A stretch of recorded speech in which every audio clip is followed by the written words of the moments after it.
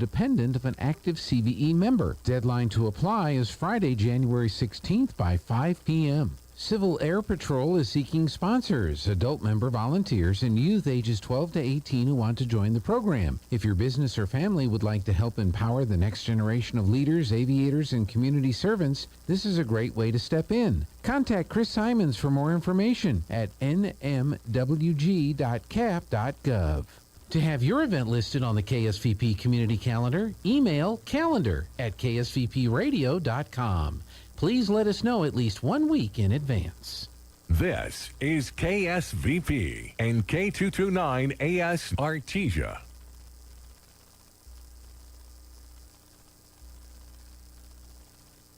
Breaking news this hour from Town Hall. I'm Rich Thomason.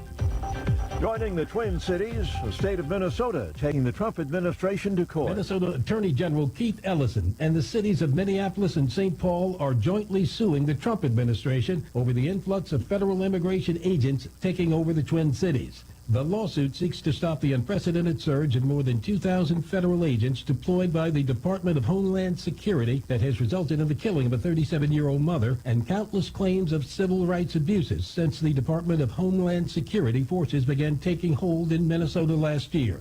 Bill Alexander, Washington. And the White House maintains video makes it clear the death of the anti-ICE motorist was an act of self-defense on the part of the officer who fired the shots.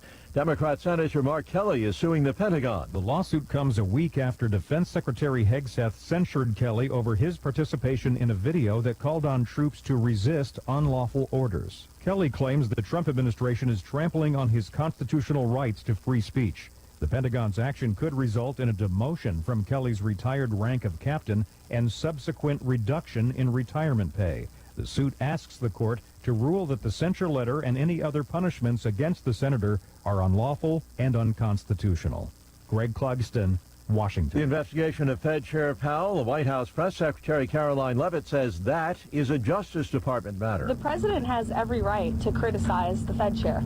He has a First Amendment right, just like all of you do. And one thing for sure, the president's made it quite clear, is Jerome Powell is bad at his job. As for whether or not Jerome Powell is a criminal, that's an answer the Department of Justice is going to have to find out. The government says consumer prices rose just 0.3% in December from the prior month. It was the same increase that we saw in November. On Wall Street, ahead of the opening bell, Dow futures down 65. More on these stories, townhall.com.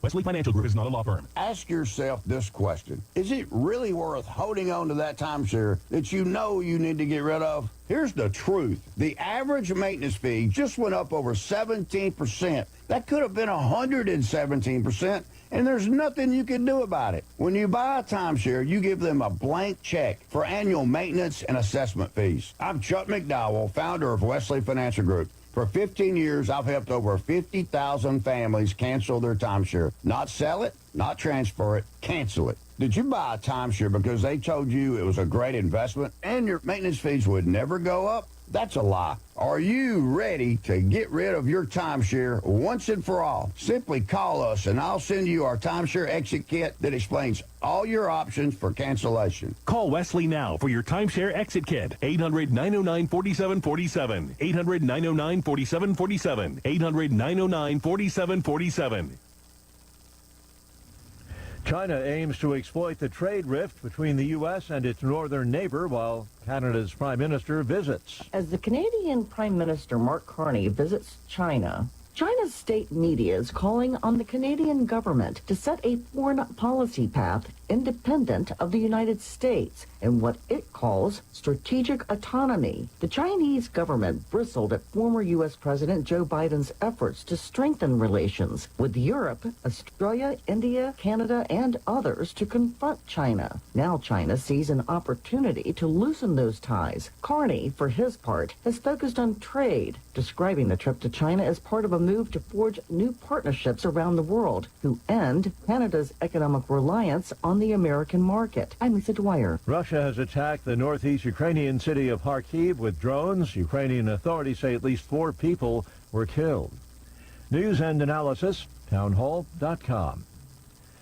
An arson suspect admitted to targeting a historic Mississippi synagogue because it's a Jewish house of worship. Stephen Pittman was charged Monday with maliciously damaging or destroying a building by means of fire or an explosive. The weekend fire ripped through the Beth Israel congregation in Jackson, Mississippi shortly after 3 a.m. on Saturday. No congregants or firefighters were injured in the blaze. Security camera footage released Monday by the synagogue shows a masked and hooded person using a gas can to pour a liquid on the floor and a couch in the building's lobby.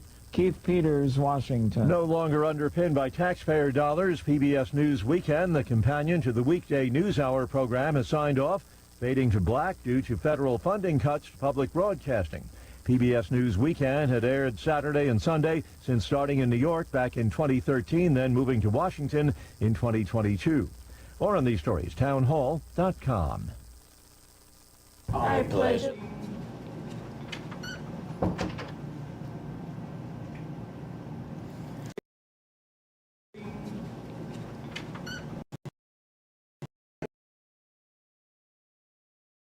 One nation under God, indivisible.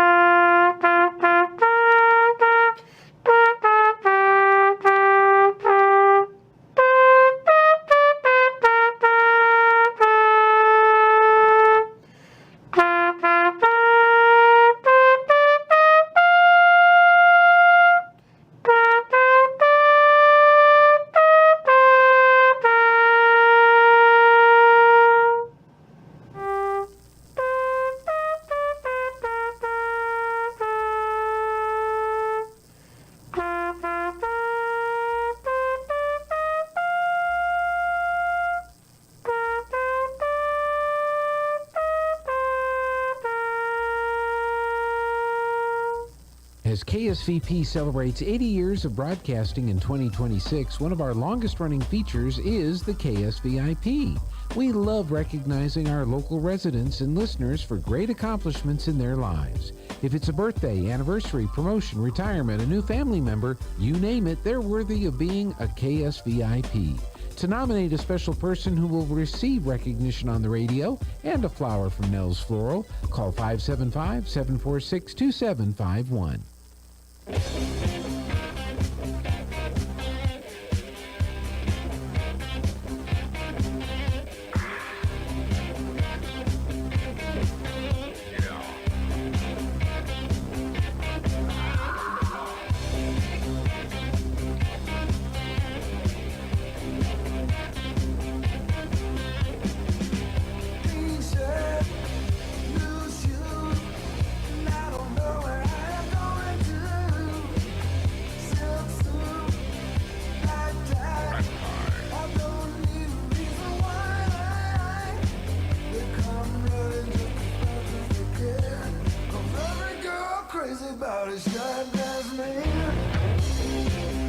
Good morning, Artesia. Hey, we're back on the air. It's Tuesday, January 13th. So glad to be back with you. We have got a full docket today. We'll be talking to the boys basketball here this first thing this morning, followed by Artesia General Hospital in this first hour. And then in the second hour, of course, we'll talk to the Chamber. In the third hour, we'll be, of course, talking to Aaron. And then Eddy County DWI with Nancy Husselman. So, hey, but let's get this show started off right. Let's jump into Scripture. Hey, I landed in Proverbs 24 today. Proverbs 24, beginning with verse... I got to get new glasses. Beginning with verse 8. It says this: whoever plans to do evil will be called a schemer. The devising of folly is sin, and the scoffer is an abomination to mankind. If you faint in the day of adversity, your strength is small. Rescue those who are being taken away to death. Hold back those who are stumbling to the slaughter. If you say, behold, we did not know, will he not repay man according to his work? I look at this scripture and I think about our current situation in the world, and we're surrounded by evil, and it is incumbent upon every man to stand up against that evil, to fight back against it in whatever capacity God gives him to do so. And the more power, the more responsibility you're given, the more you're required to do exactly what it says, to stand against evil, to hold back those who are being taken away to the slaughter.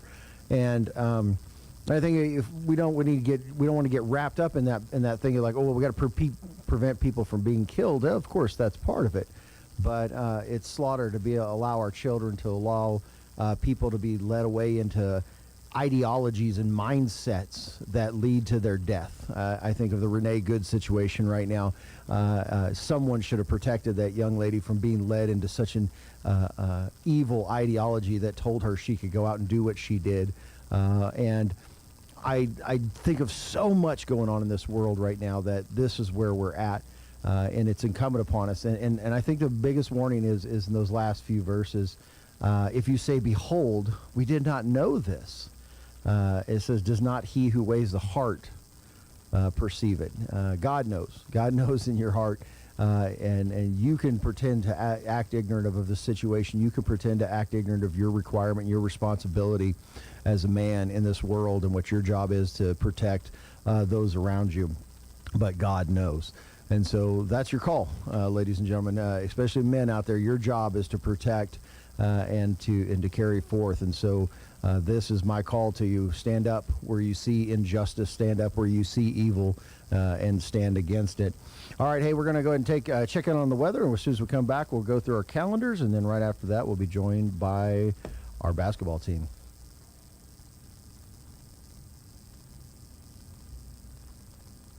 Valley weather, we're looking good for the next couple of days. Big high pressure system over our area, not moving anywhere anytime soon. We'll get low 60s and sunshine today. Overnight, low 30s and clear, and then right around the 60-degree mark for the high on Wednesday and sunshine. Clear Wednesday night will warm up a little bit on Thursday to the upper 60s, and we keep the sunshine. That's your latest forecast. I'm meteorologist Steve Hamilton.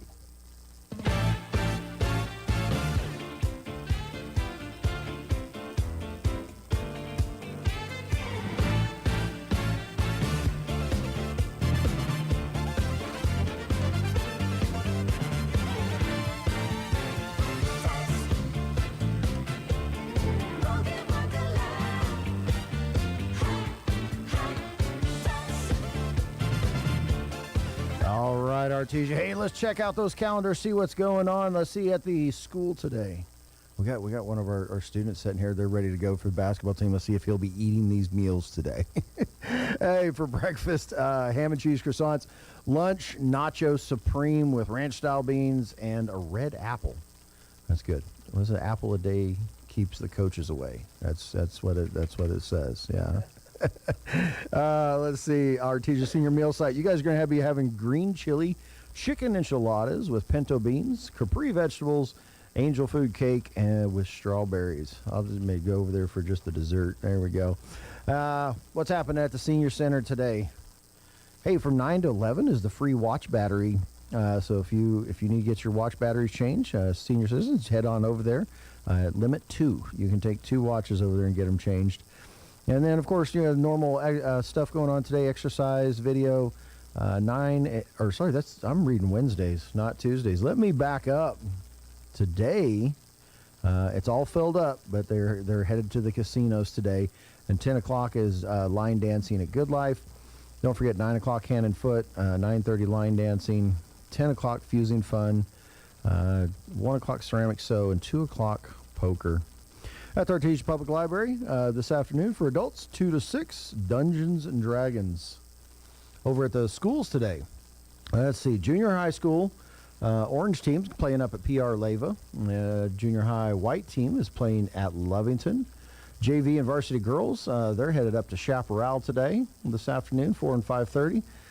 Junior varsity and varsity wrestling is at Clovis today. And our boys are playing Loving. Looks like, is that here today, Coach? Yes, sir. That's going to be here today.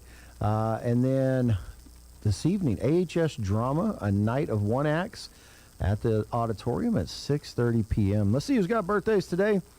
On the 13th of January, happy birthday to Cindy Carpenter, Esperanza Vasquez, Richard Champion, Steve Riscone, Linda Griffiths, Debbie Lamb, and Ann Whittington. Happy birthday.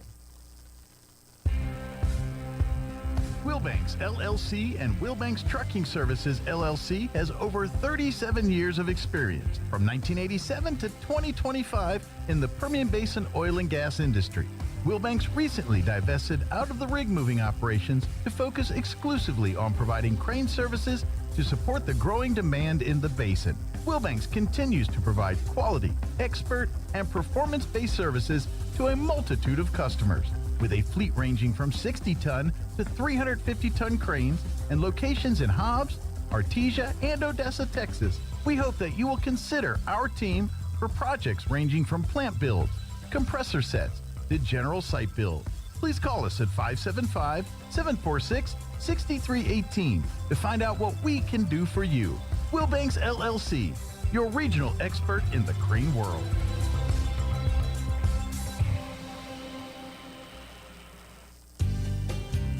Incredible in Artesia is open for business, ready to give you the hometown quality and customer service you know and love. Georgia and her team specialize in in-house design for quality custom business cards at a competitive price. From scanning to desktop publishing, if you need it, they can do it. On Main Street across from the Derrick Floor statue in downtown Artesia. For all your printing needs, think Incredible. Big updates are underway at Memorial Family Practice. While our renovation to better serve you is underway, all family practice patients, including walk-ins, will check in through the emergency room lobby. Just follow the signs and let our friendly team take it from there. We appreciate your patience as we create a more modern, comfortable space for your care. Memorial Family Practice. Better space, same great care. This message is from Artesia General Hospital. Good morning, this is Smiley Wooten at the Roswell Livestock Auction. 2,112 head of cattle sold on Monday on a higher market with excellent buyer tenants compared to last week. Stocker calves sold 30 to 50 higher, feeder cattle steady to 30 higher, packer cows and bulls sold steady to $4 higher. 3 to 400 pound steers $5.85, $6.70. 3 to 400 pound heifers $5, $5.65. 4 to 500 pound steers $5.15, $5.85. 4 to 500 pound heifers $4.85, $5. 5 to 600 pound steers $4.29, $5.15. 5 to 600 pound heifers $4.02, $4.85. 6 700 pound steers $3.85, $4.29. 6 700 pound heifers $3.47.50 to $4.02. 7 800 pound steers $3.40, $3.85. 7 800 pound heifers $2.92. $347.50. Packer cows $155, $165. Canner and cutter cows $145, $153. Packer bulls $175 to $80. Feeder bulls $160 to $170. Top half the cow calf pairs $3,300 to $3,800 per pair. Top half the bred cows $3,000 to $3,200 per head. We do appreciate the business, and we'll talk to you next Monday morning. This is Smiley Wooten, Roswell Livestock Auction.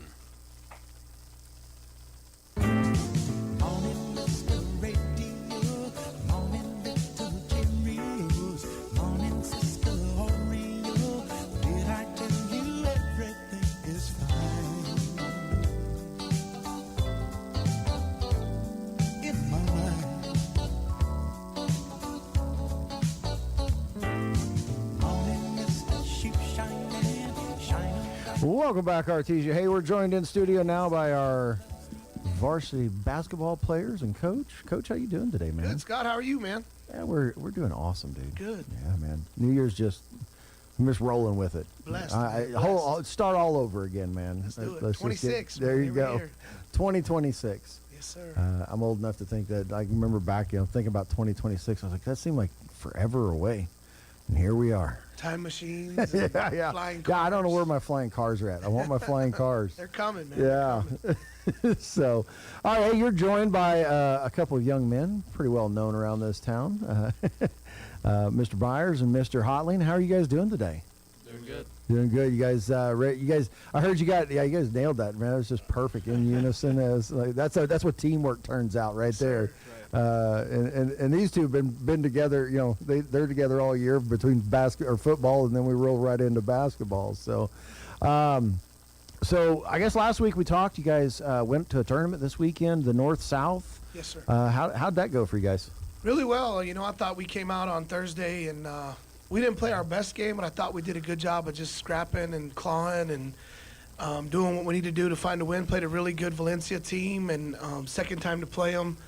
They did a good job of controlling pace and tempo, and I thought we did a good job of just staying on the task. We didn't get too high, we didn't get too low, and I thought we did a really good job in the fourth quarter of imposing our will. We got some turnovers, we took the lead, and we're fortunate to keep it. And then on Friday came out and probably, really built on the game on Thursday, staying overnight in a hotel and shoot around. We looked a lot faster, I guess you'd say, and a lot more engaged, and came out and imposed our will, won by over 20. And then Saturday finished up with Taos, which is a very good team, and I thought we did a really good job of starting that game.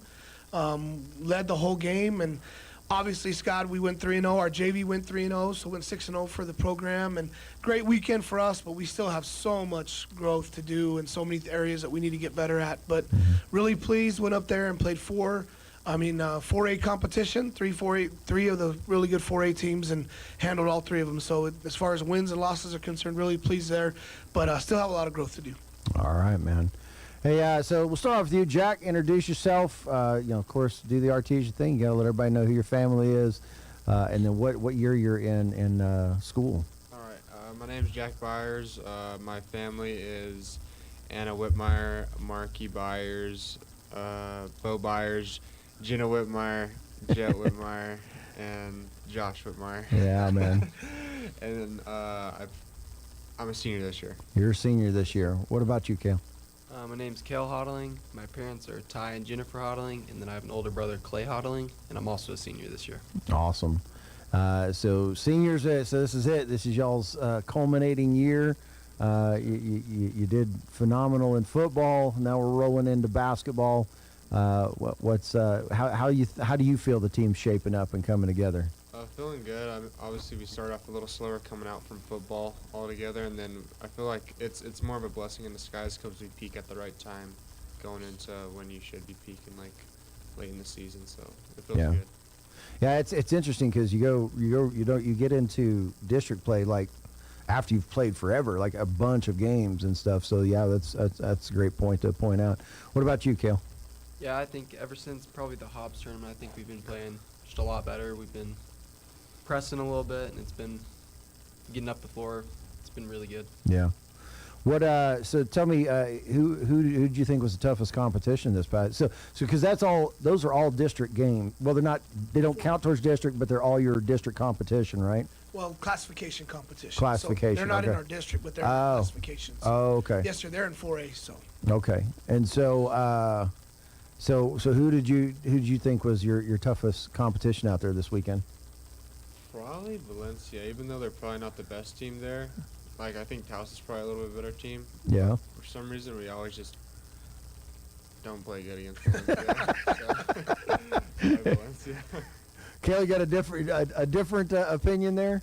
No, I kind of agree. Valencia, I guess they just match up with us well because we always struggle a little bit more.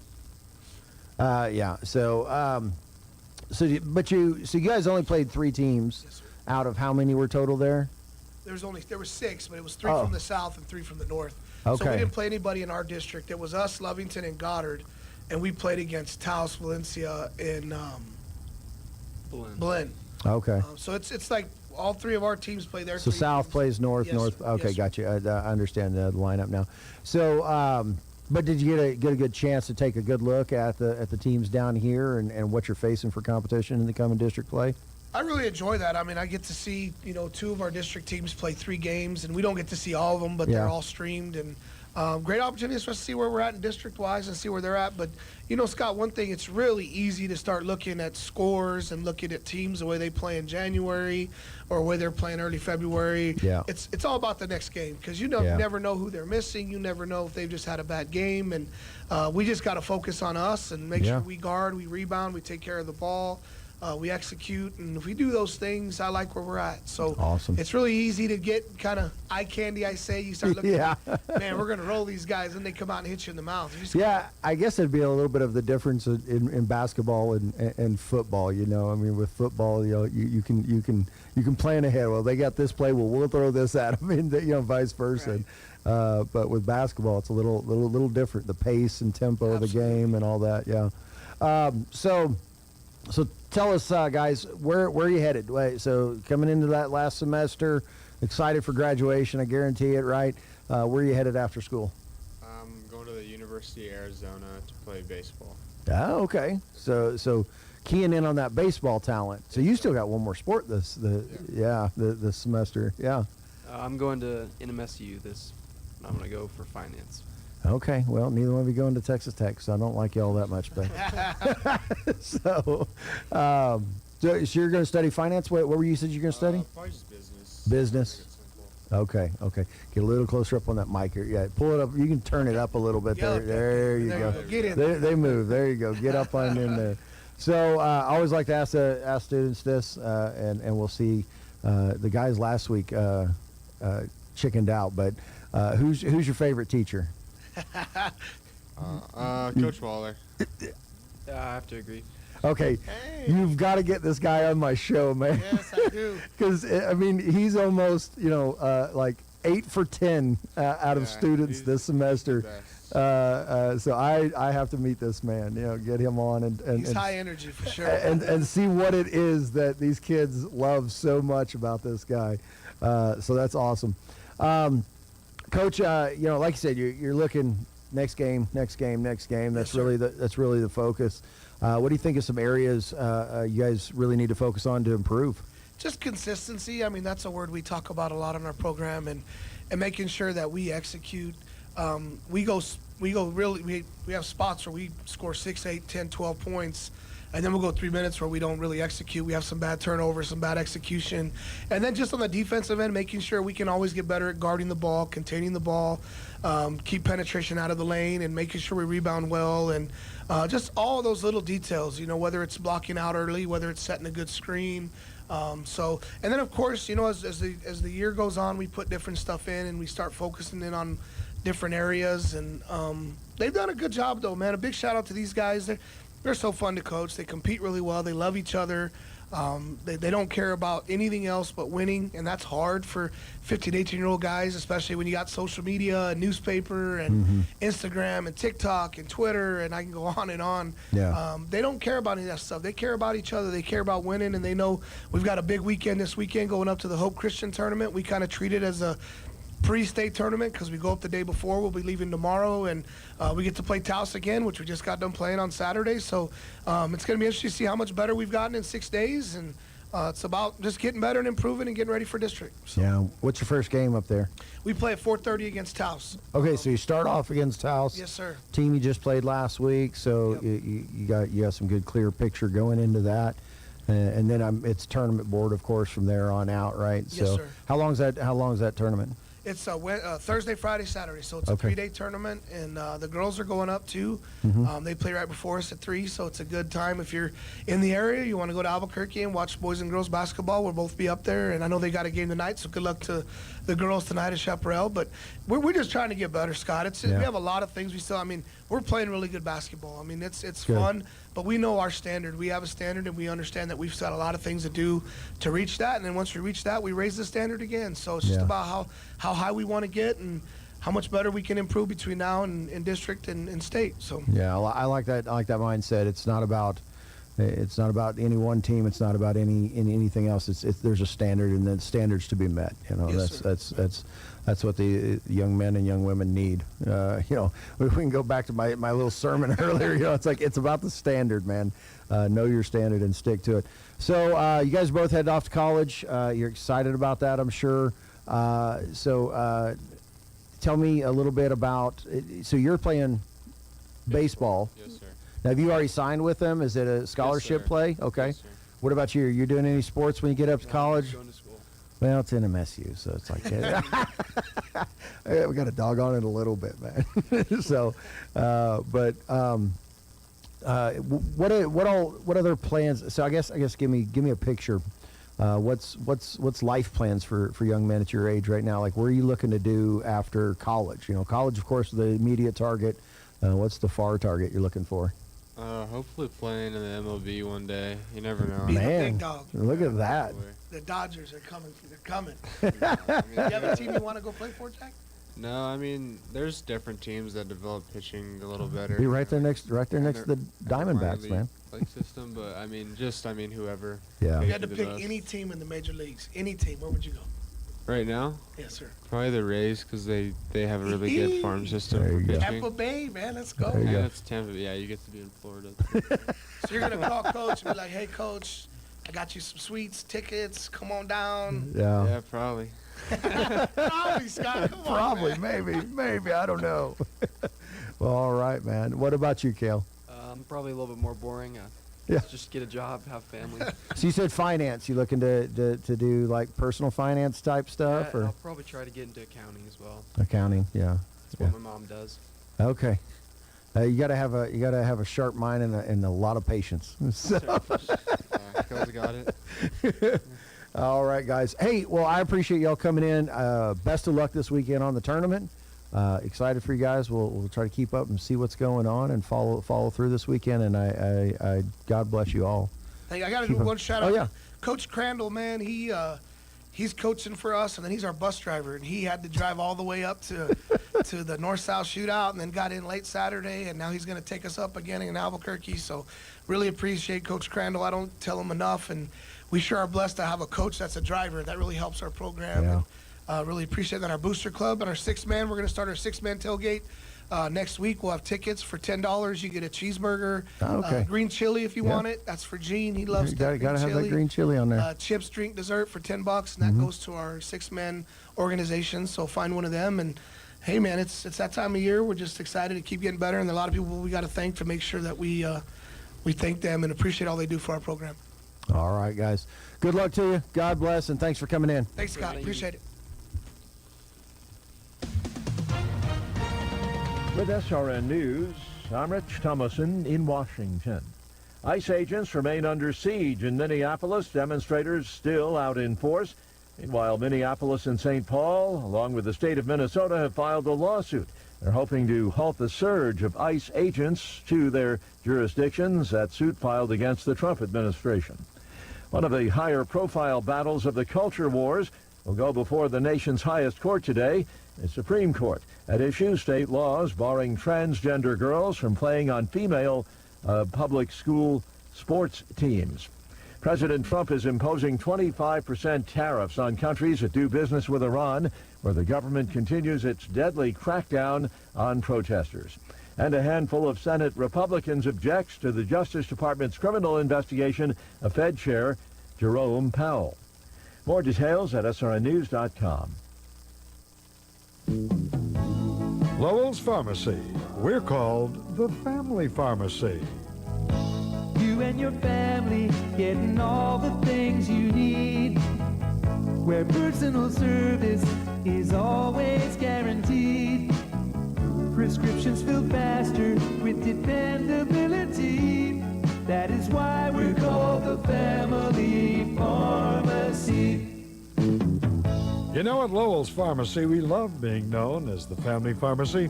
Now, we're not going to change the sign outside or repaint the building, but we are going to keep on doing the little things that have earned us the reputation of being your family pharmacy. Lowell's Pharmacy, with personal service and, of course, prescriptions a specialty. And that is why we're called the Family Pharmacy. Lowell's Pharmacy, 612 North 13th, across from the hospital in the Artesia Professional Building. Lowell's Pharmacy. It's time for the Eddy County Sports Report. We got some girls basketball going on tonight, and the Carlsbad Cave Girls have got a tough test on the road. Carlsbad at 8-7 will be playing at Lovington, which is 12-4. This is part of a girls-boys doubleheader. It starts with the girls game at 5:30 to catch up on the Cave Girls. Over the weekend, they lost at Centennial on Friday, 45-27, then stayed in Las Cruces, and then won a good game against Oregon Mountain, 38-37. Meanwhile, Artesia's playing at Chaparral tonight at 5:30. Artesia's 8-5, Chaparral 6-8. Artesia destroyed Santa Teresa on Friday, 64-21. And the Loving Girls are playing some hoops tonight. They'll be playing at NMMI at 6. The Sports Report brought to you by DSI. Call DSI for all your office technology needs. I'm Eric Butler at KSVP Radio, AM 990. Here's a question I'm getting at least once a week. My son or daughter, grandson or granddaughter is graduating, usually from a well-known university. Even with a degree, getting hired is not easy. And by the way, they have a degree in business, marketing, communication, sociology, psychology, or fine arts. Now, with any of those degrees, expect trouble in the job market. Here's what to do. I'm Kim Commando for ExpressVPN. When you're online, you're tracked. Keep your activities private and secure. Get 4 extra months at expressvpn.com/Kim. Okay, here's a blunt but necessary answer. With any of those degrees, finding a good job is not easy. Best advice, go back to school immediately. Get a certificate in Applied AI Python, or AI for Business, or AI for Cybersecurity. Knowing AI is vital to getting hired in beginner career positions. And if you're in your first 2 years of college with any of the degrees I listed, change majors now. And join almost 1 million folks who get my free newsletter to stay tech ahead at getkim.com. Ever heard of the audience effect? It's when we change our behavior when we think we're being watched. Well, online, we're always being watched. Your internet provider tracks everything you do, even in private mode. That's why I use ExpressVPN. It's the tool I trust to keep my internet connection protected. With one click, it hides everything I do online and sends it through a secure connection, so no one can see or track my online activity. Here's the best part. ExpressVPN works across all your devices, your phone, laptop, tablet, even your smart TV. One subscription protects up to 8 devices, so your whole family stays secure. Don't wait. Protect your family's internet connection today with ExpressVPN. Right now, you can get my special offer of 4 extra months with ExpressVPN. Just go to expressvpn.com/Kim. That's expressvpn.com/Kim for 4 extra months of privacy protection. Don't wait. Check it out right now at expressvpn.com/Kim. Turpin & Son Mortuary of Artesia presents a listing of today's obituaries. We have 2 new obituaries. The first is for Daniel Dominguez. A viewing for Danny Dominguez will be held from 2 p.m. to 6 p.m. on Thursday, January 15th at Turpin & Son Chapel. A funeral service will take place at 10 a.m. on Friday, January 16th at Faith Baptist Church, with interment immediately following at Woodbine Cemetery. Officiating will be Michael Elliott. Pallbearers will be Richard Flores, David Flores, Raymond Flores, Mateo Flores, Devin Hughes, Daniel Alcocer, and Bobby Alcocer. Honorary pallbearers will be all nieces and nephews. Daniel passed away, surrounded by the love of his family, on January 6th. He was born on November 3rd, 1953, to Geronimo and Rita Dominguez in Artesia, New Mexico. Daniel enjoyed riding his bike to the beach, fishing, traveling, spending time outdoors, and most of all being with his nieces and nephews. He was preceded in death by his parents, Jerry and Rita Dominguez, his son, Brian Dominguez, his brother, David Dominguez, his sister, Delfina Dominguez, and his brother-in-law, Daniel Alcocer. Those left to cherish his memory include his sisters, Deborah, Diana, Dora, and his brother, Domingo, and numerous nieces and nephews and great-nieces and great-nephews. Our next one is for Bernie R. Nicholson, Jr. A viewing will be held for Bernie from 2 p.m. to 6 p.m. on Wednesday, January 14th at Ballard Funeral Home. A graveside service will be from 10 a.m. on January 15th at South Park Cemetery. Bernie had a loving and caring heart. Bernie was called home on January 10th in Roswell, New Mexico. He was born on March 27th to Bernie and Julie Nicholson in Roswell. Bernie had a loving and caring heart, giving anything he had to anyone who needed it. He took in family when they needed a place to go. He jumped at the opportunity to teach his sons and nephews quick mechanic jobs, house repairs, and even cooking techniques. Fatherhood came so naturally to him. He was thought of as a second father figure to many. Bernie proudly continued his dad's legacy by bringing his family together with camping trips, poker nights, and cookouts. He was a true man of God, always ready to share his word and never hesitated to say a prayer for you. He nobly joined the Roswell Veterans Honor Guard, seeing it as an opportunity to humbly honor anybody who served our country. Bernie loved his grandsons deeply and was most proud of his son and daughter, bragging on them to anyone who would listen. Greeting him with open arms will be his pop, Bernie Nicholson, his brother, Jesse Nicholson, and brother-in-law, John Ray. Those left to cherish his memory and continue his legacy are his son, Bernie R. Nicholson III, and wife, Angelina, daughter, Brittany M. Nicholson, and partner, Jacob M.A. Wallace, grandsons, Kyle J. Mosquita and Angelo Nicholson, mother, Julie Nicholson, sister, Helen Ray, brother, Albert Nicholson, nephews and nieces, Jesse Nicholson Jr., Jarrett J. Nicholson and husband, Jonathan Acosta, Alonzo Acosta and wife, Wendy Taylor, Yvonne Acosta, Michelle Acosta, Albert Grajeda and wife, Amanda, David J. Nicholson and Sarah Nicholson, and his most beloved pup, Happy. It's only right to mention the many honorary nephews he took under his wing, earning him the well-deserved title of Uncle Bern to many outside the family. Bernie, we called you by many names, son, brother, Uncle Bern, Grandpa, and Dad. We'll proudly pass along your love and teachings to anyone who needs it, just as you taught us to. With all of our love, rest with God. This listing has been presented as a service by Turpin & Son Mortuary of Artesia. We make it personal. I'm meteorologist Steve Hamilton with your Pecos Valley weather. We're looking good for the next couple of days. Big high pressure system over our area, not moving anywhere anytime soon. We'll get low 60s and sunshine today. Overnight, low 30s and clear, and then right around the 60-degree mark for the high on Wednesday and sunshine. Clear Wednesday night will warm up a little bit on Thursday to the upper 60s, and we keep the sunshine. That's your latest forecast. I'm meteorologist Steve Hamilton.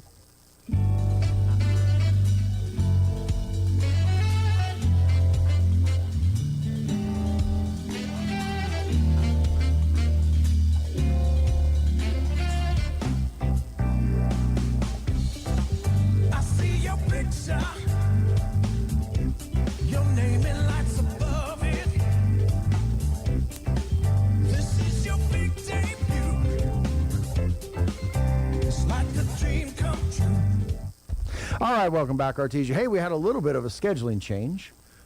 We've got our wrestling team. Coach, why don't you get you right here? The rest of you, let's grab some of those chairs, and you guys wrap around right there. We'll have Coach in that first seat, and we'll go from there. We had a little bit of a scheduling change. We're going to have the wrestling team in. I think it just didn't get changed on my schedule. I was expecting the hospital to come in. But hey, I'm glad to meet the wrestling team. So I don't think I've met you yet, man. So would you introduce yourself, Coach, real quick? Pull the microphones up close whenever you guys talk, okay? There you go. Yes, my name is Andy Olive, and I am the head wrestling coach of Artesia High School. All right. Well, Coach, nice to meet you. I'm going to go around, and each one of you guys introduce yourself, starting right here with this young man. Hi, I'm Colt Mojeko. Okay, Colt. Hi, I'm Layla Irvin. Okay. Hi, I'm Annalise Sorrells. Yeah. Hi, I'm Ethan Shannon. Okay. All right. When we get the two of you to slide over here a little bit, the two of you share that microphone, and then the two of you slide over and share that microphone. So I've been seeing that you guys have a lot of matches lately. I've been watching our schedule. We announce on the schedule when everything's going on. You guys have been a busy team. So how is things going this season, Coach? Things are going good. We have 52 kids on the roster. That is that's a pretty large team. That's impressive. Yeah, we're young, so we're really developing. But I think that's really good for our future. So right now, we're just focusing on learning our technique, applying it, and going match to match, and really striving to wrestle our best around this time of year once the postseason comes in. Okay. Yeah, I tell you, it's the one sport that drove me crazy when I was in school here that we did not have, because it was the only thing I really wanted to do, and there was nowhere to learn it. So I'm super excited that you guys are getting this program up and going, and it's growing immensely, man. That's awesome. Yeah, we're really optimistic. Awesome. Got a lot of really good athletes in the room. Awesome. So, hey, what I'm gonna do? Have any of you guys been on the radio before? Okay, so this is Artesia tradition. So what I'm gonna do is go down the list. You got to tell me who you are. You got to tell me who your parents are, and tell me what year you are in school. Let's start with you. I'm a junior, and my mom and dad are Leslie and Matt Ojego. Okay. I'm a freshman. Say your name again, because people. I'm Layla Irvin. My parents are Carlos and Carol Irvin, and I'm a freshman. All right. My name is Annalise Sorrells. I'm a sophomore, and my parents are Megan Sorrells and Matthew Sorrells. Okay.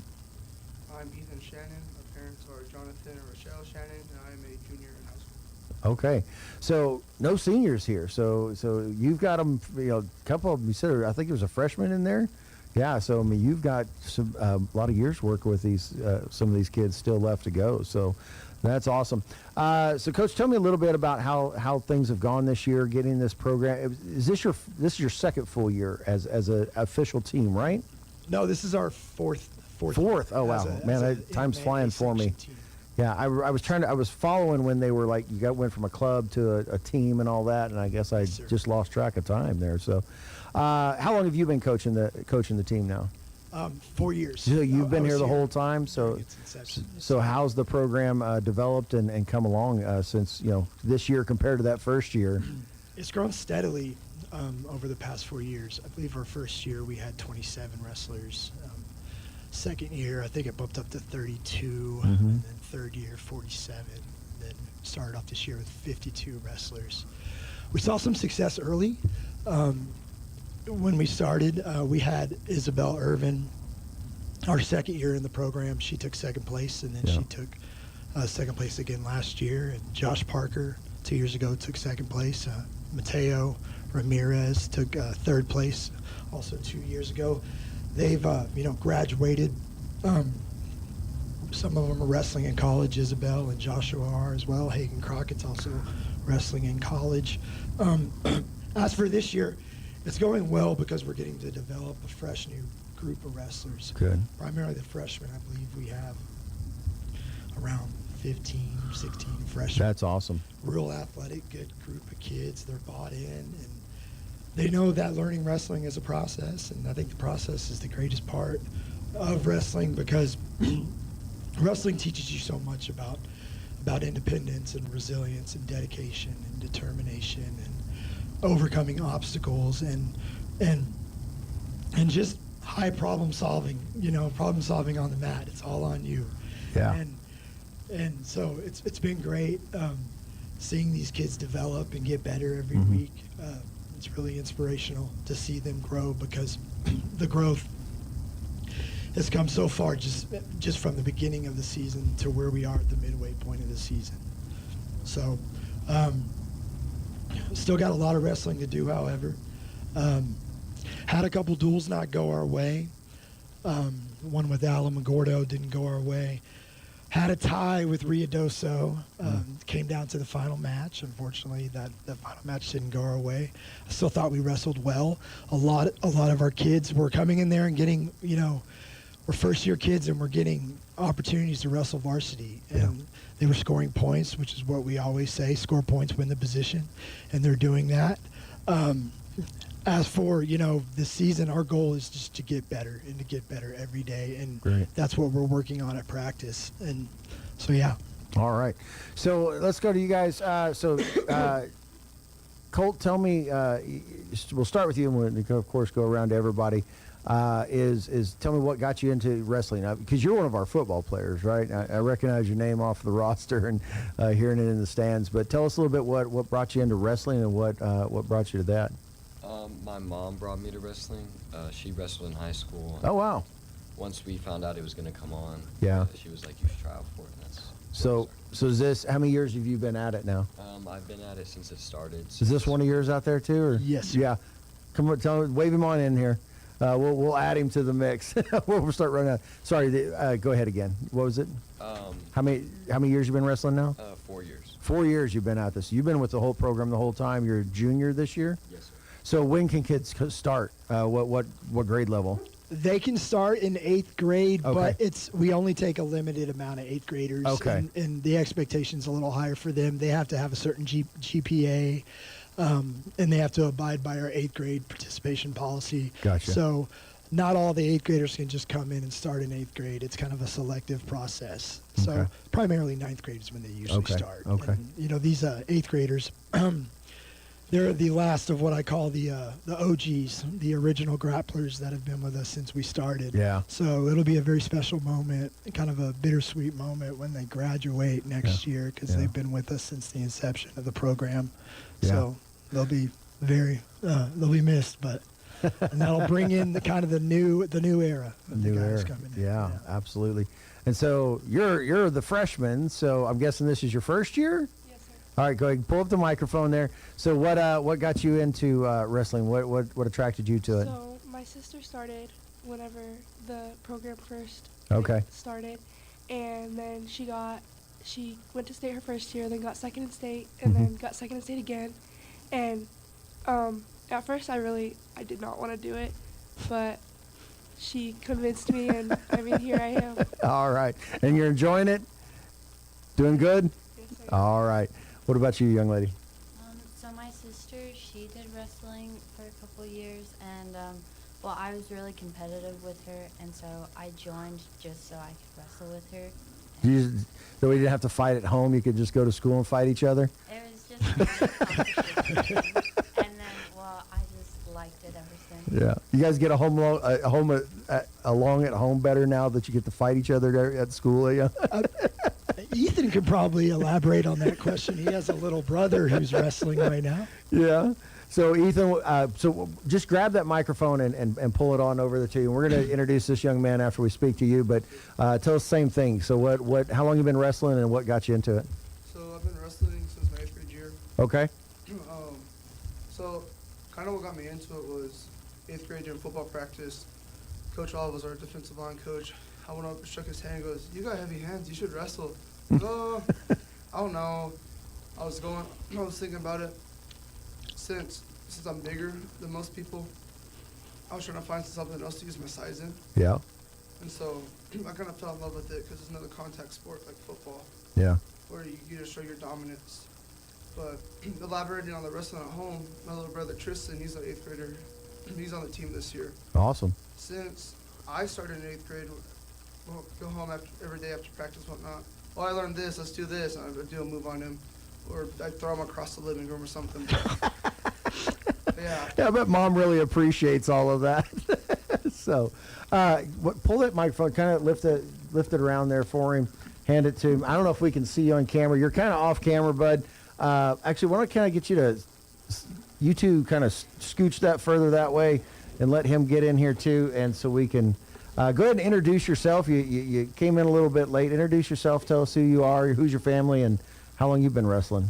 I'm Miles Love. My mom is Kendra Aston, Janway now. Okay. I've been wrestling since my 9th grade year. Okay. I tried my 8th grade year, but like Coach said, the restrictions on how many 8th graders they can take kind of got me out of there.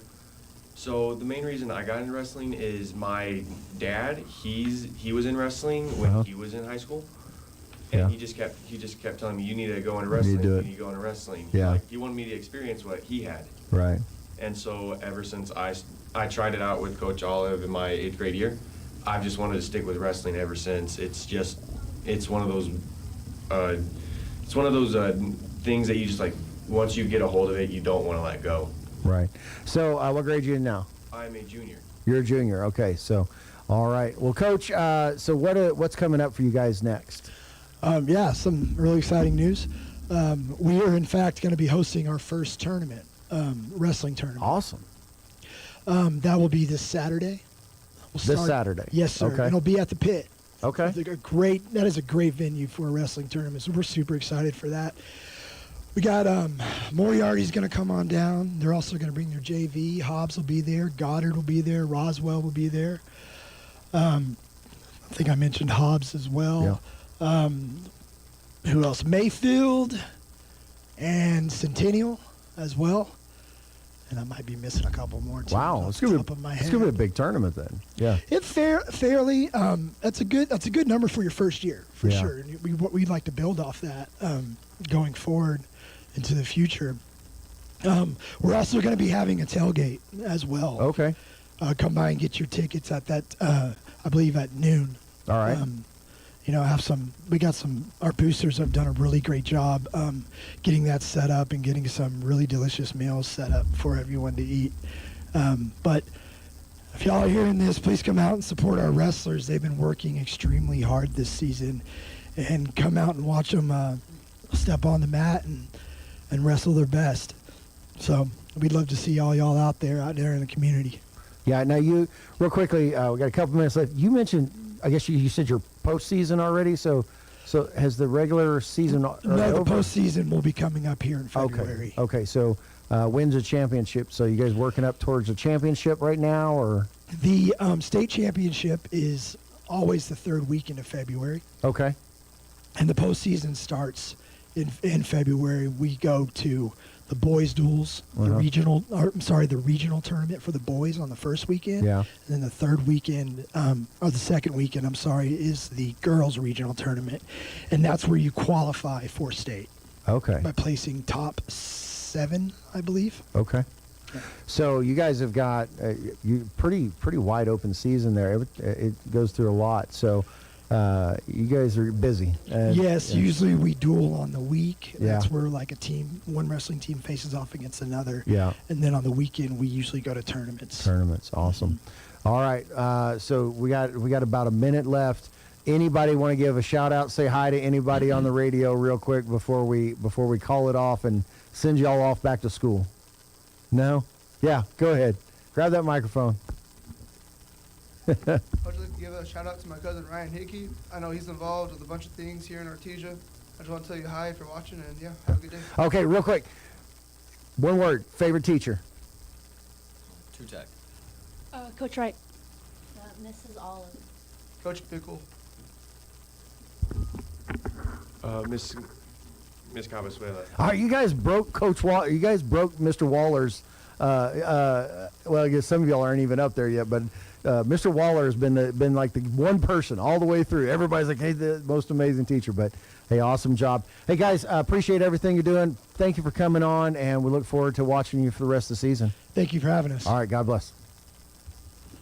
With the Wall Street Business Report, I'm Bill Alexander. Thousands of nurses in 3 hospital systems in New York City went on strike Monday after negotiations through the weekend failed to yield breakthroughs in their contract disputes. About 15,000 nurses are staging the largest nurses' strike in New York City history. Senator Lisa Murkowski has called for a congressional investigation into the Justice Department after the Trump administration announced a probe into the Federal Reserve, calling the move an attempt to coerce the central bank to lower rates. Jerome Powell accuses the Trump administration of using legal threats to influence Fed policy. President Trump will tour a Ford factory when he's in Michigan today, and he's scheduled to address members and guests of the Detroit Economic Club. Alphabet, Google's parent company, became the 4th company to reach a $4 trillion value Monday. The company's stock rose 2% after Apple announced it chose Google's Gemini to power its artificial intelligence features. For the Wall Street Business Report, I'm Bill Alexander in Washington. When was the last time a bank asked you if you'd like to keep more of your money? At Artesia Credit Union, you pay yourself by avoiding big bank fees and all the corporate investors that go along with them. Let Artesia Credit Union help you achieve financial happiness. From home and auto loans to a working line of credit or sending your kids to college, membership is open to anyone who calls New Mexico home. Stop by the branch on 5th Street or log on to artesiacu.org. Artesia Credit Union, member NCUA, an equal housing lender. If you're missing a tooth or several teeth, a dental implant may be the ultimate solution. Implants look and feel so much like real teeth that you probably forget you have an implant. Maupin & Brown Dentistry is one of New Mexico's most experienced implant providers, with literally thousands of implant patients who are absolutely delighted with the results. Call Maupin & Brown today for an evaluation. You'll be surprised how affordable implants can be. Maupin & Brown, your choice for experienced, state-of-the-art dentistry. At Richland Motors, it's never been easier to sell or trade your current car, truck, or SUV for a newer model to hit the road in. Even if you don't purchase from Richland, they want to buy your vehicle for top dollar. But if you do buy from Richland, don't forget, they're the home of the powertrain warranty for life. That's a whole lot of confidence for you. See Richland for details. 2nd and Sycamore and 1309 Southeast Main. Welcome to Answers with Ken Ham. The account of origins presented in the Genesis is a simple but factual presentation of actual events and provides reliable basis for man's worldview and a framework for scientific investigation into the question of the origin and history of life. Answers with Ken Ham is brought to you by Harvest Fellowship at 2307 West Main in Artesia. Call Pastor Ronnie Williams at 746-6195. Now, today's Answers with Ken Ham. The unborn with disabilities. They have value. This is Ken Ham on a mission to call the church back to God's Word and the Gospel. Our society has made great strides in increasing awareness of disabilities and assisting those living with a disability. And yet many don't value life of the unborn with disabilities. In Britain, 90% of babies diagnosed with Down syndrome are aborted. In Iceland, it's 100%. And some parents even abort their child due to a fixable facial deformity. Our society claims to value their lives, and yet we kill them before they're born for our convenience. In a biblical view, this is nothing short of murdering the most vulnerable, a baby with a disability. We need to stand up and defend each precious life. Listen to this program again or many others on other topics about culture, science, and the Bible at AnswersRadio.com. Activist news agency, which has proven reliable in the past, says the Iranian regime's crackdown on dissent has killed at least 2,000 people. Looking to punish the regime, President Trump is imposing 25% tariffs on any country that does business with Iran. It's going to be complex at the very least. Here's an example. China is the biggest buyer of Iranian oil. He's in a very delicate trade situation already with their trade tariff war between America and China. Is he going to suddenly put a 25% tariff on China in addition to the other stuff they've been doing? It's already a very delicate negotiation. I wonder about that, quite frankly. That's BBC's Jeremy Bone, and now President Trump has canceled any meetings with Iranian officials. He's telling the protesters in Iran that help is on the way. That's all he's saying about that at this time.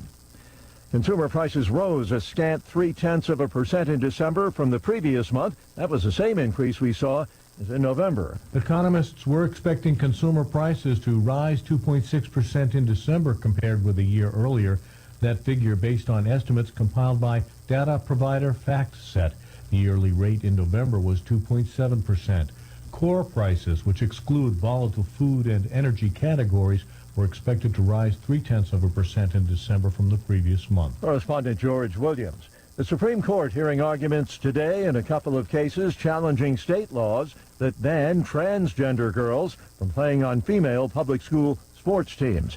Democrat Senator Mark Kelly is suing the Pentagon over his censure, taking part in a video urging military members to reject illegal orders. Watching Wall Street, the Dow is down close to 300 points, with the Nasdaq trading 4 points higher. More on these stories, townhall.com. Everybody loves the season of giving, but now the season of paying for it is upon us. That not-so-wonderful time of the year when millions of Americans open their credit card statements, stare in horror at the balance, and resolve then and there to find new ways to save money. If you're among those Americans, why not start by cutting your wireless bill in half right now with Pure Talk's Saver Plan? It's easy. You'll get unlimited talk, text, and 3 gigs of high-speed data on a super-fast, nationwide 5G network for just $20 a month. Just dial pound 250, say Mike Rowe, and you'll save an additional 50% off your first month. Ho, ho, ho!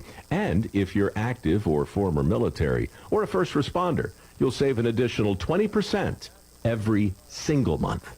That's pound 250. Say Mike Rowe for the gift that keeps on saving from America's wireless company, Pure Talk.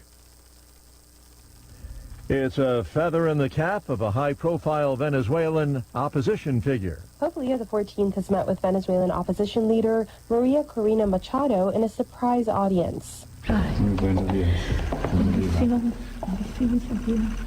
Machado is touring Europe and the United States after escaping Venezuela in early 2025. Pope Leo, the first American pontiff, has called for Venezuela to remain independent following the capture of former President Nicolas Maduro by U.S. forces. The Pope has expressed deep concern over the situation and urges the protection of human rights. Machado, a Nobel Peace Prize winner, dedicates her award to U.S. President Donald Trump and the people of Venezuela. I'm Haya Panjwani. Cuban President Miguel Diaz-Canel says his government is not involved in talks with the U.S. President Trump has threatened Cuba following the U.S. attack on Havana's close ally, Venezuela. News and analysis, townhall.com. One Texas city has gone dry. More than 100,000 residents in El Paso have been left with little or no water following a main break over the weekend, and it's likely to take until Thursday for operations to return to normal. The break in that 36-inch water main line happened Saturday night in the border city, which has a population of about 800,000.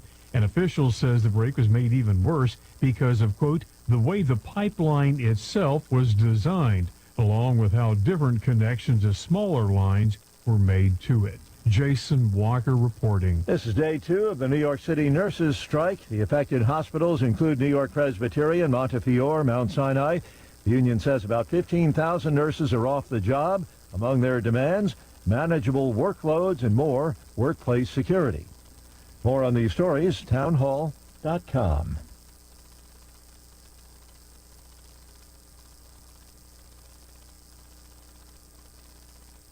As KSVP celebrates 80 years of broadcasting in 2026, one of our longest-running features is the KSVIP. We love recognizing our local residents and listeners for great accomplishments in their lives.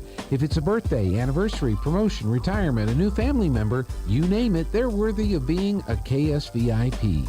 To nominate a special person who will receive recognition on the radio and a flower from Nell's Floral, call 575-746-2751.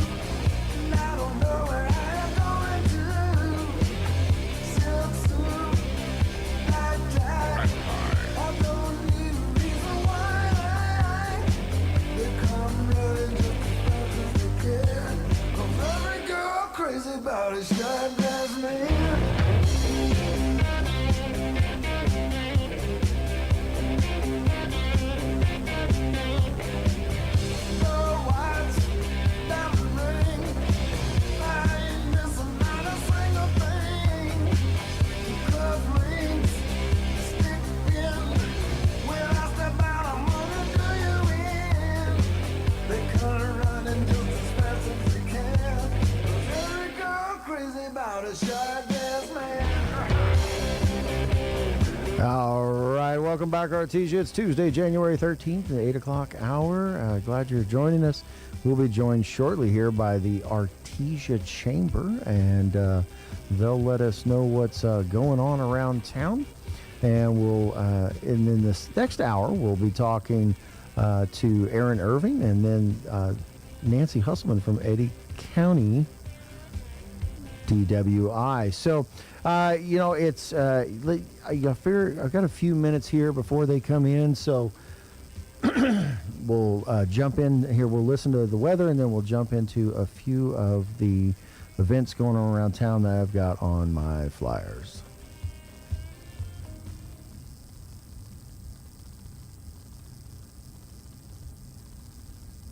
Weather this hour brought to you by Southwest Bearing under new ownership. Custom solutions for your heavy equipment. Hydraulic hoses, hose repair, bearings, seals, sprockets, belts, tools, fluids, and fittings. I'm meteorologist Steve Hamilton with your Pecos Valley weather. We're looking good for the next couple of days. Big high pressure system over our area, not moving anywhere anytime soon. We'll get low 60s and sunshine today. Overnight, low 30s and clear, and then right around the 60-degree mark for the high on Wednesday and sunshine. Clear Wednesday night will warm up a little bit on Thursday to the upper 60s, and we keep the sunshine. That's your latest forecast. I'm meteorologist Steve Hamilton.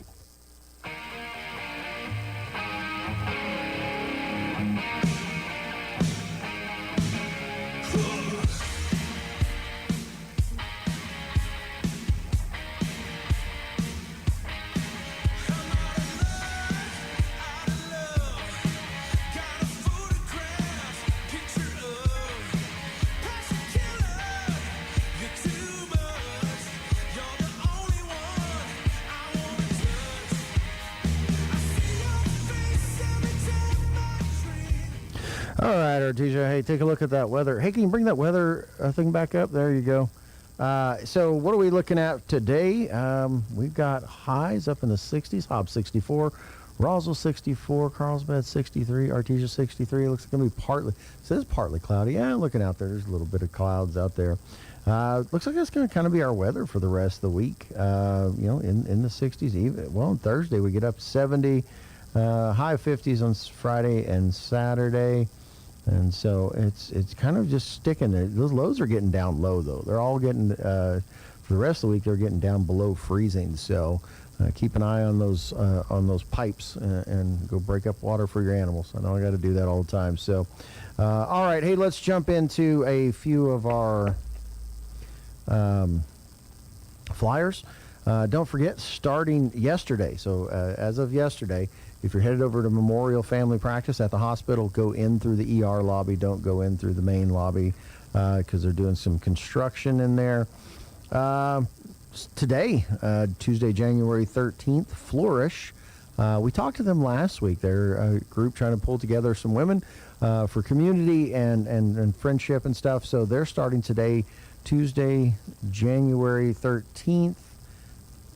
And I believe it's at 5:30. So it's free event. And so, ladies, if you're looking to be part of a group here in the community, go do that.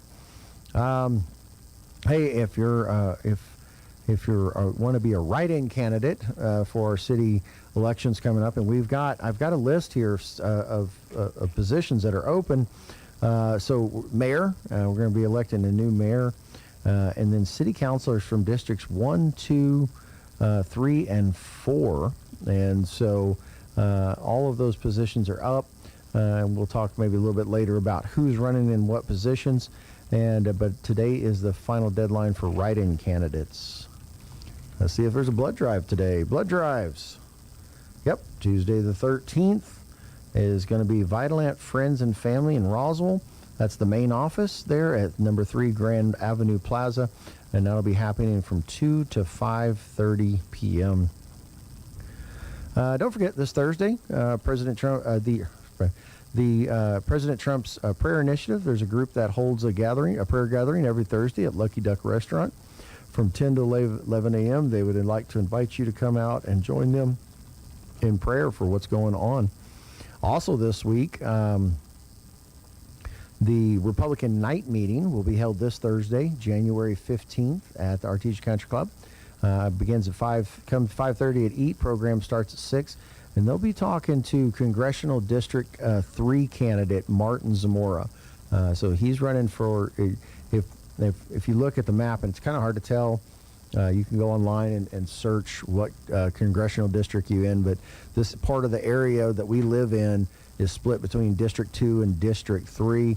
And so District 3 candidate Martin Zamora will be up there on Thursday night to talk. The Republican Women's Club of Carlsbad membership coffee will be this Saturday, January 17th at 10 a.m. at the Lakeview Clubhouse, 1211 Landson Circle. United Way of Eddy County is seeking participating agencies for the 2026 calendar year. Any 501c3 nonprofit health and human service organization in Eddy County may apply. Requesting funds is an open, competitive process. Grant applications are due by 5 p.m. January 15th. For more information, so that's Thursday. For more information, please visit unitedwayofeddycounty.org and click on the Grants button. All right. Central Valley Electric is hosting an experience, the trip of a lifetime, for high school juniors or seniors ready to explore Washington, D.C. You can win a free trip to Washington, D.C., discover and learn on all expense paid trip. The trip's happening June 15th through 21st, but applications are now open, and the deadline for applications is this Friday. So if you got a junior or senior that'd like to go on that trip, you need to get over to CVE and get their application in by 5 p.m. on Friday.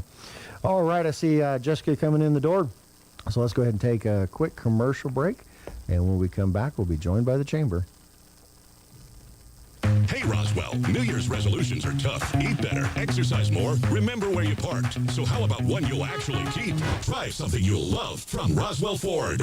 Roswell Ford makes trading up to a new Ford fast, fun, and easy. Right now, during the loan and lease termination event at Roswell Ford, we'll do whatever it takes to get you released from your loan or lease, even if you owe thousands more than your car, truck, or SUV is worth, so you can get massive savings on a great selection of new Fords and quality pre-owned vehicles. Buy now with 0 down and make no payments until Easter. Worried about your credit? Don't sweat it. Roswell Ford has partnered with more aggressive lenders that will push to approve your credit with great rates and terms, even if your credit is less than perfect. Lower prices, exceptional trade-in values, and a better buying experience. All roads lead to huge American-made savings. Get on board at Roswell Ford, 821 North Main Street in beautiful Roswell. Call 575-623-3673 or online at roswellford.com. Interest accrues from date of sale, subject to lender approval. Offers not combined on select vehicles. How do you find a roofing contractor you can trust? You can randomly pick one, cross your fingers and hope for the best. Or maybe you can ask a psychic to predict who's trustworthy. Here's a better idea. Choose one who prefers using America's most trusted roofing brand, Owens Corning. And rest easy, because Owens Corning screens their contractors for reliability, professionalism, and customer service. Why take any chances? Owens Corning, trusted contractors, proven products. For an Owens Corning preferred contractor, visit owenscorning.com/roofing. For a free estimate, give Do Right Roofing a call today. 575-623-2273. Find them fast in names and numbers. Artesia General Hospital presents seasonal wellness reminders for you and your family. This time of year brings cozy sweaters, warm meals, and a few health challenges. Start by preventing colds and flu. Get vaccinated, wash hands regularly, and avoid touching your face when you're out in public. Find balance in holiday eating. Fill your plate with vegetables and lean proteins before reaching for the sweets. And fight dry winter skin by moisturizing often, staying hydrated, and running a humidifier if your home feels dry.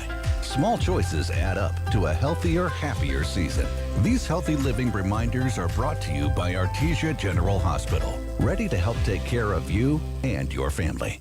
Here are some helpful tips to get you and your teeth through the winter months from Smile Expressions in Artesia. Brush your teeth twice a day. Brushing not only protects your teeth, but also protects the gums from catching infections. Use the right toothpaste. The cold winter air as well as sinus pressure can cause sensitivity. Floss daily. Flossing protects your mouth from developing plaque, which can make you more prone to problems like heart disease, type 2 diabetes, and oral cancer. At Smile Expressions, we welcome new patients. Contact us today, 575-746-1900. Looking to start, continue, or complete your higher education journey? Join the more than 5,700 current Greyhounds on their journey to student success. Eastern New Mexico University offers the most affordable higher education degree in the Southwest, and New Mexico residents can go to school tuition-free with the New Mexico Opportunity Scholarship. With online or in-person degrees, ENMU is the right choice for you. For more information, visit enmu.edu. ENMU, student success, that's what we're about. Hey Artesia, gear up in style at Bulldog Outfitters, your one-stop shop for all things Bulldogs. Under new ownership, Bulldog Outfitters has got you covered. Show your Artesia pride with gear that stands out, from t-shirts to hats and everything in between. Our team can make your ideas come to life. Open Tuesday through Friday, 10 to 4:30 at 1409 West Main in Artesia. Custom orders? Call 575-736-4951. Bulldog Outfitters. Shop local, support local, and let's go Bulldogs.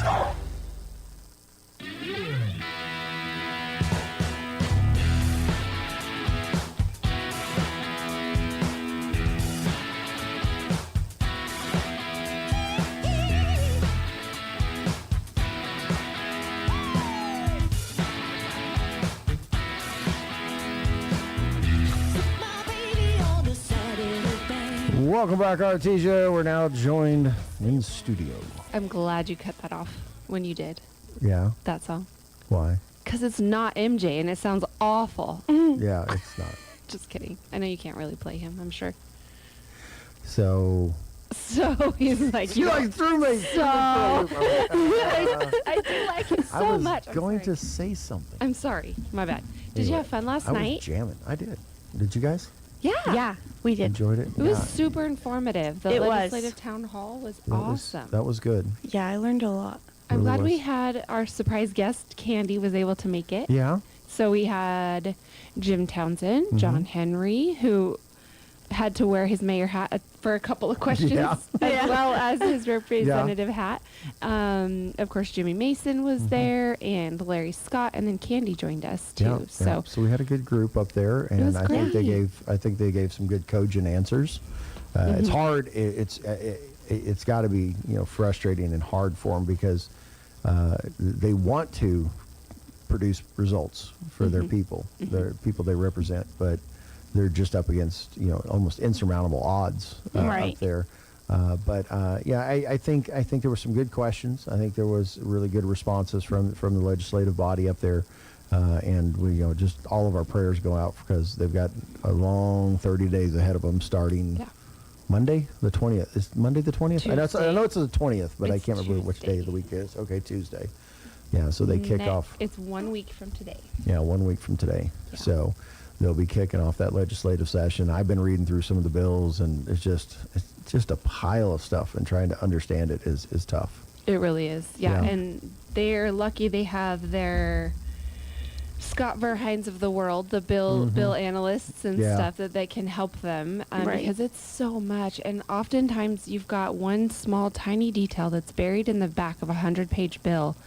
And if that bill passes, it'll be a huge deal. Yeah. And if you don't catch that and talk it through and try to get even that one little piece taken out, Yeah. but they're tricky. They try to hide things in they there. are.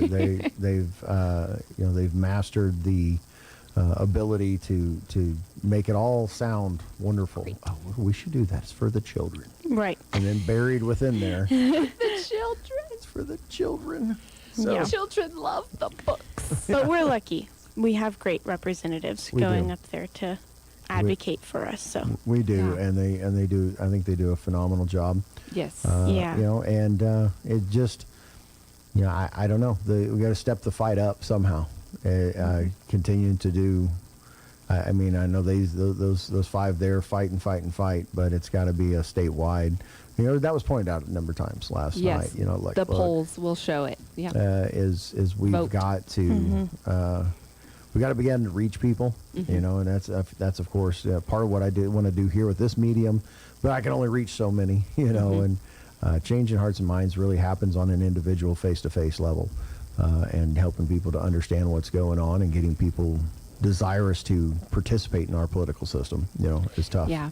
It really is. Absolutely. I think that's a huge thing is just get out the vote, right? And, we're lucky enough to, that's another thing that we do at the chamber too. Of course, we have to stay nonpartisan, but we focus on voting. And both of us, I think you have not gotten it yet. Not yet. But we Jessica's usually, slacking. I know. Usually we all staff at the chamber can help anybody register to vote, change their voter registrations if you've moved and have a new address, whatever. So we do that. We will go and we will set up and we'll register voters at your place of business. We will, I know before my time at the chamber, Haley and Debbie used to go out at like 4 a.m. during shift change on some of these oil rigs and oil companies and getting people to either change or update or get registered, period, So that's a big thing. But it also starts here. We heard from our state legislators last night, but flip that around in a month or so, and we're going to be having citywide stuff, elections, mayoral and city councilors and stuff. So it really does start right here. And which so I spoke it's to a big Haley last push. night about is that, hey, we need to do this with all the candidates. And she said, we got something coming up. So we'll let her announce that when it comes to fruition. But we need to hear from those candidates. One of the things in last big election with the presidential election, this was my press, is business owners business owners, you function as a head, as a leader of those people that you employ. And so I would suggest if we could possibly is maybe some kind of forum in which we pull in all the business, chamber members, and the leadership of each of those businesses, and encourage them to get those registrations, encourage them to get their people involved in voting. Because if we don't just overwhelm the vote this fall for governor, we're getting MLG times 10. Because when if Deb Haaland wins, it's far worse than MLG ever was.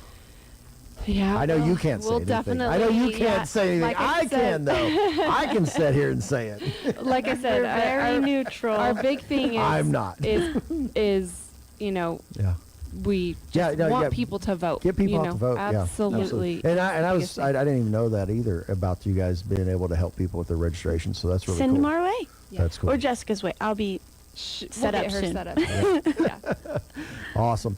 Okay, so I see it was a good night. We was were good. so thankful for those that came out. Yeah. Thankful for KSVP. I know there was a Thankful little for- bit of struggles in the very beginning, just getting the microphones all figured They out and always whatever. like that, We yeah. should have done some testing before we just plopped them on stage and said, Yeah. "Let's go," Yeah.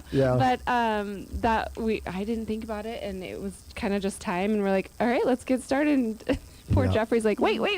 They're like, no, you have to have the microphone. I know. We're like, "Oh shoot." we didn't have Artesia that. General Green Chili Cafe catered for us. They did an awesome job. Yeah.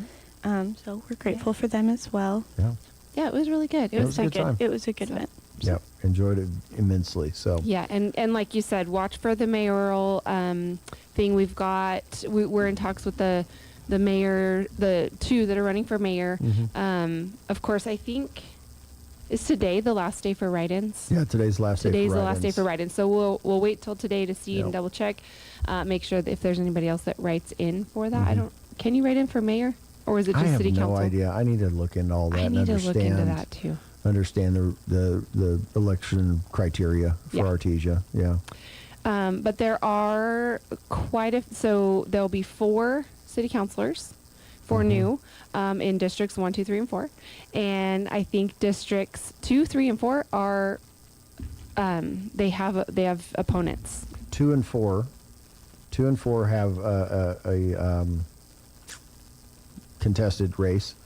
District 1 is right now is uncontested unless someone writes in. District 3 seems to be uncontested, and District 4 has got something weird going on. You got 2 people running, and then there's 3 people in there for District 4. Yes. So when Michael Bunt was appointed, nobody in that district was running in that 2 years ago. And so he was appointed by the mayor. Gotcha. But since then, they have changed, I don't know if it's the law or the rules or whatever the case may be, in Santa Fe, that a mayor just can't just appoint. It has to be an elected position. So therefore, he has to be on the ballot this time. But really, he's just serving his 4-year term, but he just has to be on the ballot. Yeah. For technicalities. Yeah, it is. And right now, Jeff Yahtzee running for mayor, but he's also the District 3 counselor. And Mayor Pro Tem. And Mayor Pro Tem. If he loses, he keeps his council seat. And then if he wins, then he'll appoint his replacement for that, is what the sheet says. But oddly enough, there's a name under District 3. It says Kent Bratcher. So I'm not sure if maybe someone's because there's contesting. 2 for each. Oh, there's 2 per. For each district. For each and then district, every gotcha. 2 years, 4 go off and 4 new go come on. on. But Okay. these stay because they've been there for 2 years. Gotcha. So then these will serve 2 years, and then these will get reelected. And then these will serve 2 years, and then these will get reelected. So it's really they serve for 4. Understand. Yeah. But they flip flop. That way, there's not a whole brand new city council Gotcha. every time. That makes sense. It's I think that's a good way to do it. So Yeah. So we'll be looking for that. Get out and vote for that. Which that'll be a really tough one to get people to vote because it's in March. It is March 3rd. And March 3rd is that actual election. So people aren't used to voting in March. So we'll have to really push that to get people out to vote for that. Yeah, it'll be good. Watch for stuff. We've got lots of irons in the fire for that, as far as like marketing materials and get out the vote type stuff, and it, like we said, starts local. Well, and Right that's here. the thing is, I want people to understand is probably this is the most important election we have this year, because this is the one that affects us most directly and most up close. Absolutely. Yeah. Right. So this is where we need to really focus our efforts, because these are our neighbors, and we can actually hold them to account of what's going on. They can't blame Santa Fe. If stuff goes wrong here, 'cause it's just here. here. Yep. So that's a really important election for people to get involved in. So Yeah. awesome. So go get your voter registration. It's going to be a big election year. Yeah, it's going to be one of the biggest off-season election years of in a long, long time. Yeah. This is going to be huge for New Mexico this year. So we want people to be involved. Let's go. All right. Do we need a want- break and then we'll come back, or what are we doing? We could do a break and then come back and do our drawings. Oh my Drawings. gosh. Drawings for those that participated in the Shop Local There Bingo. you go. All right. Let's do it. With SRN News, I'm Rich Thomason in Washington. The state of Minnesota and the Twin Cities are suing to throttle the enforcement of federal immigration law in their jurisdictions. They want to halt the surge of additional ICE officers to the state and cities. Democratic Senator Mark Kelly is suing the Pentagon over his censure for taking part in a video urging military members to reject illegal orders. Kelly's a former Navy pilot who, barring a successful appeal, would see his rank and retirement downgraded. Rights groups say the Iranian regime's crackdown on dissent has killed at least 2,000 people. That's not over yet. Meanwhile, President Trump imposing 25% tariffs on any country that does business with Iran. The Supreme Court will hear arguments today in a couple of cases challenging state laws barring transgender girls from playing on female public school sports teams. This is SRN News. All across America, this is the Red Apple Audio Network's Market Report, sponsored by Abacus Global Management. Good morning, I'm John Terrett. Wall Street reversed fortunes yesterday from red to green after the Fed Chair Jerome Powell said he'd been threatened with a criminal indictment by the DOJ over a $2.5 billion building renovation at the Fed's HQ in D.C. In a statement, Powell said the move was linked to interest rates. President Trump said he had no knowledge of the DOJ's move before it happened. The question is, will a grand jury be impaneled, or will the criminal charges remain on the table as a threat only? The markets think it's a threat only, and the Dow and the S&P closed in record territory on Monday. Gold, a traditional safe haven, spiked $100 on the Powell news. The value of the dollar dropped. Bank and credit card stocks declined on Monday after President Trump called on them to cap their interest rates at 10%. Company news, the chipmaker Nvidia is investing $1 billion in new labs with the drug maker Eli Lilly of Indiana. It's all about bringing AI to drug production. And Citigroup is axing 1,000 jobs around the world. This morning, we get the first of the fourth quarter earnings. We'll be hearing from the biggest of the banks, JP Morgan Chase, also the Bank of New York Mellon and Delta Airlines, and we're getting the latest consumer inflation data, CPI, as well. With business, I'm John Terrett. This is the Red Apple Audio Network's Market Report, sponsored by Abacus Global Management. What if the future of finance wasn't built around averages, but around you? At Abacus Global Management, we're reshaping financial planning around the most personal data point, your lifespan. But it's more than just insight, it's control. As a technology-driven asset manager, we're empowering investors with an integrated system to take command of your time, your future, your financial destiny. This is a new era of investing. Take control at abacusgm.com. It's time for the Eddy County Sports Report. We got some girls basketball going on tonight, and the Carlsbad Cave Girls have got a tough test on the road. Carlsbad at 8-7 will be playing at Lovington, which is 12-4. This is part of a girls-boys doubleheader. It starts with the girls game at 5:30 to catch up on the Cave Girls. Over the weekend, they lost at Centennial on Friday, 45-27, then stayed in Las Cruces, and then won a good game against Oregon Mountain, 38-37. Meanwhile, Artesia's playing at Chaparral tonight at 5:30. Artesia's 8-5, Chaparral 6-8. Artesia destroyed Santa Teresa on Friday, 64-21. And the Loving Girls are playing some hoops tonight. They'll be playing at NMMI at 6. The Sports Report brought to you by DSI. Call DSI for all your office technology needs. I'm Eric Butler at KSVP Radio, AM 990. I'm meteorologist Steve Hamilton with your Pecos Valley weather. We're looking good for the next couple of days. Big high pressure system over our area, not moving anywhere anytime soon. We'll get low 60s and sunshine today. Overnight, low 30s and clear, and then right around the 60-degree mark for the high on Wednesday and sunshine. Clear Wednesday night will warm up a little bit on Thursday to the upper 60s, and we keep the sunshine. That's your latest forecast. I'm meteorologist Steve Hamilton.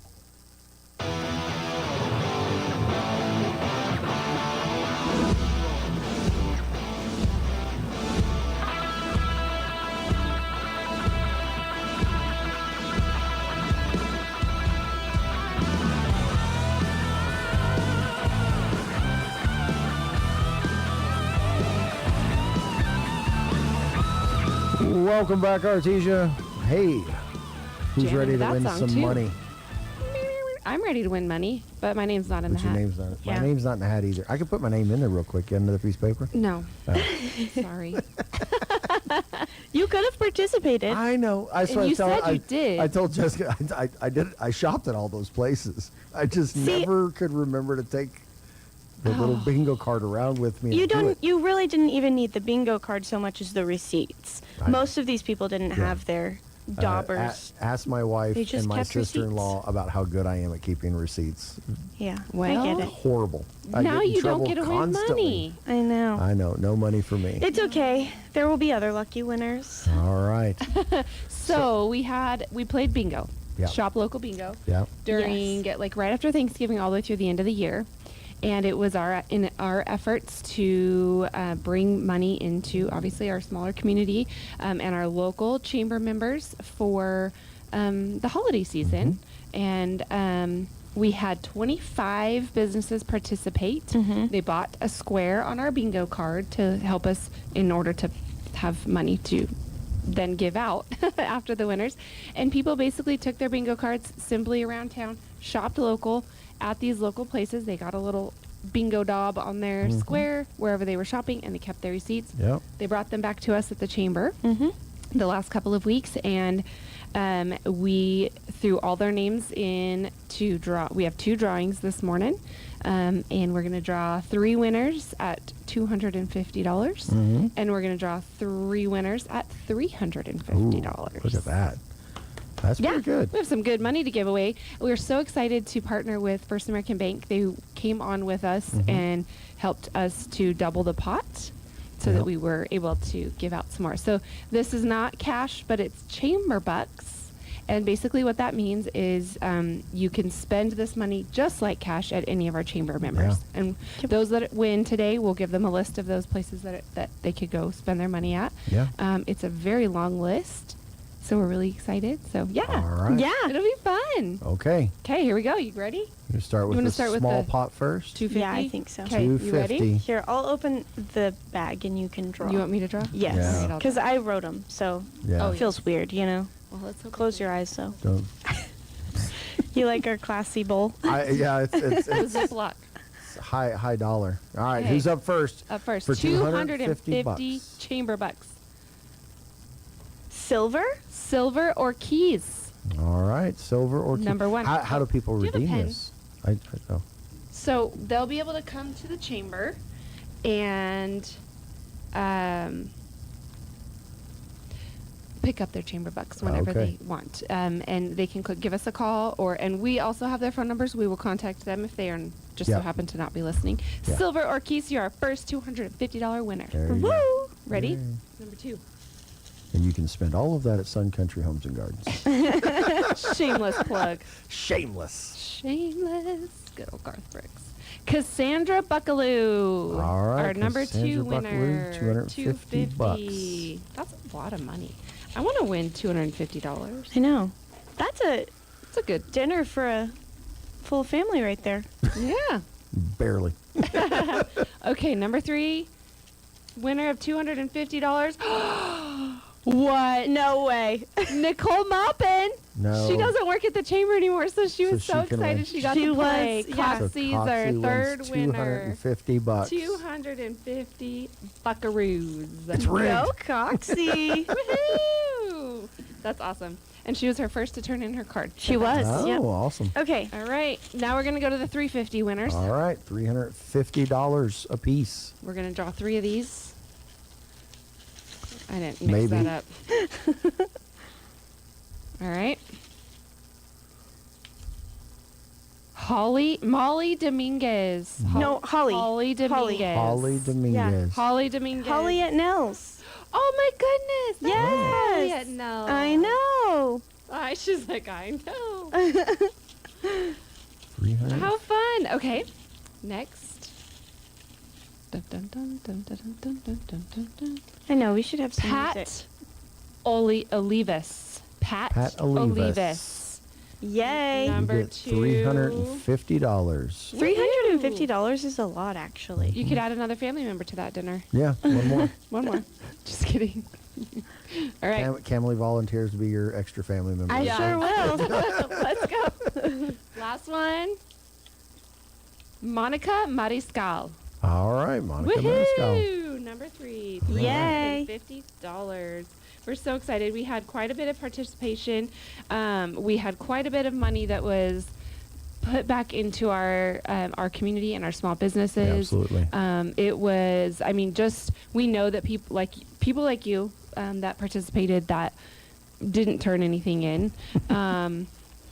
Which is great too. Like we know of these people, right? Yeah. And then the people that did turn stuff in, it was over $6,000 just with right here in Artesia. So it was really, really good to see those numbers and see our town participating in our Shop Local Bingo. That's awesome. So we hope people had fun. We did hear from families that were like, my kids loved it. They wanted to go shopping all the time. And, you know, and the kiddos really were excited and into it. And so hopefully that was a fun little teaching tool for the parents as well, you know, just to support local. And, you know, it was a conversation starter. So we hope I loved it. I think it was even for a staff of 2, it wasn't a huge time commitment for us. And so we hope to just continue to bring that back year after year. We hope we go. It'll stick. So next year will be even bigger. Bigger love it. pot, bigger prizes. Bigger bingo. Bigger bingo. Cool. All right. So Yay. Congratulations to all of our yeah, winners. congrats to all of you. So up next, what do we got? What's happening? What's on, you know, I know What's on the Camely's docket? just sitting around at the office not doing much of anything. I don't do a whole lot these days. So we have, go ahead. If you have been reading your chamber chat, yesterday's edition featured the first, what do you call it? Like, You made it up, so. okay, well, it's the first time we've gone public with our Absolutely Artesia series nominations. Gotcha, okay. So that's super exciting. Yep. They will be presented at our banquet in February, but we want to give ample time for the public to vote. So right now it's somewhat open to our chamber members, and then we'll put it publicly on social media soon.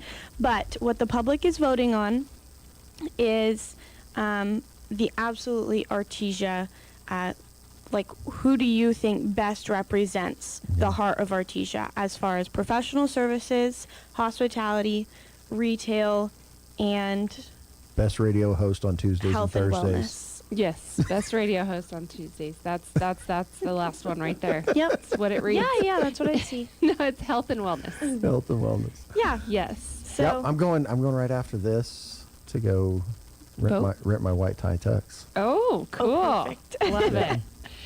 Yeah, so it's a really easy Google form. You can read the description on anonymous. each one. It's anonymous. Oh, okay. Yep. And you literally fill in your favorite business. Of course, they have to be located in Artesia. They'll have to be a chamber member, but that's okay. Most are, which is wonderful. We love that we have such a great.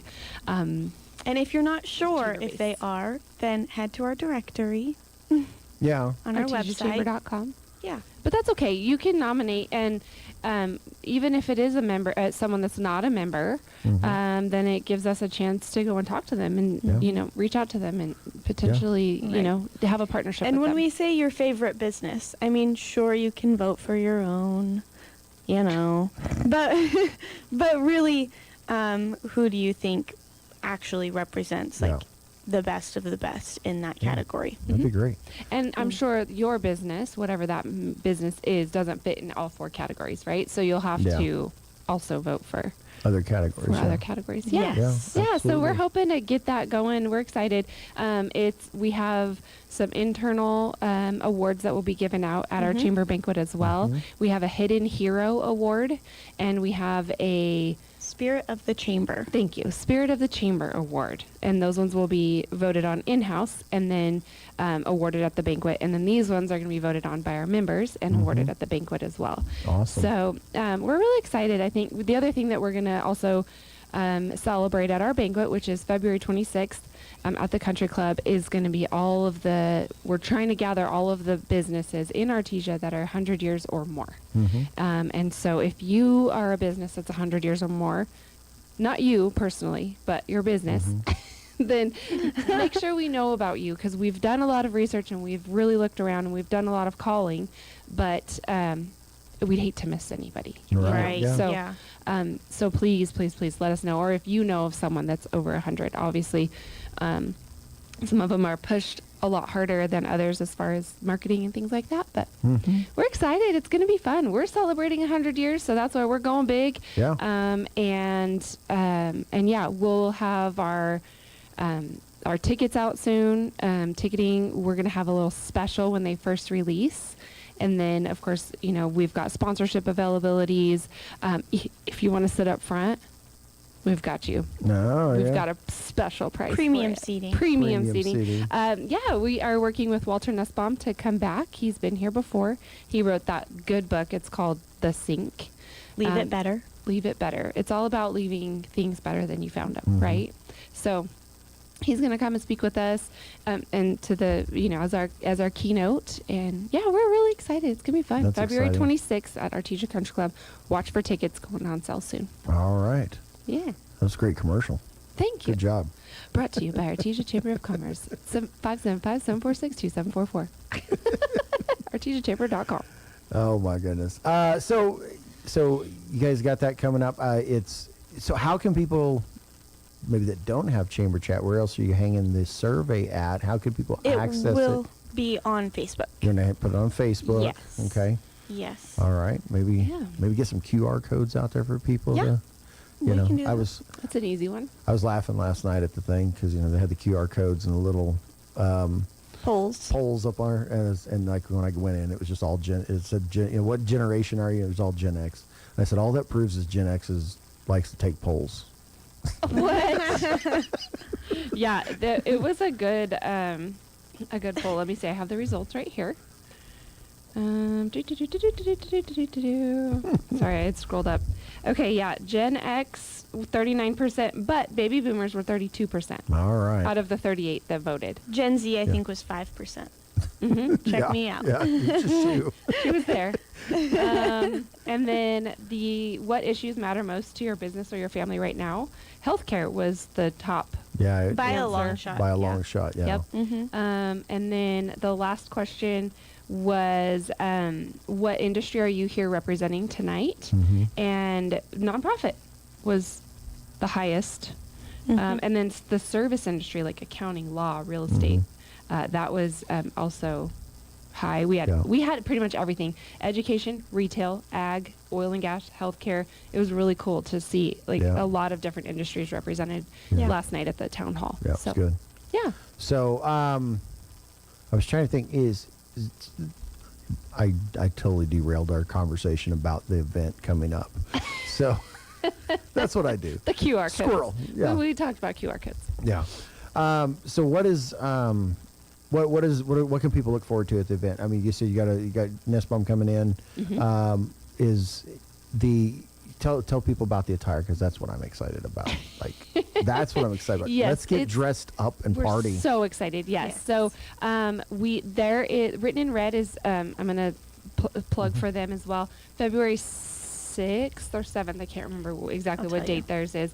They are doing their masquerades. Mardi Gras ball as well, and so that's going to be their February big fun. 7th. February 7th is their Mardi Gras ball, and then ours will be February 26th. So there'll be 2 chances next month to get dressed up and do fun things. Super dressed up.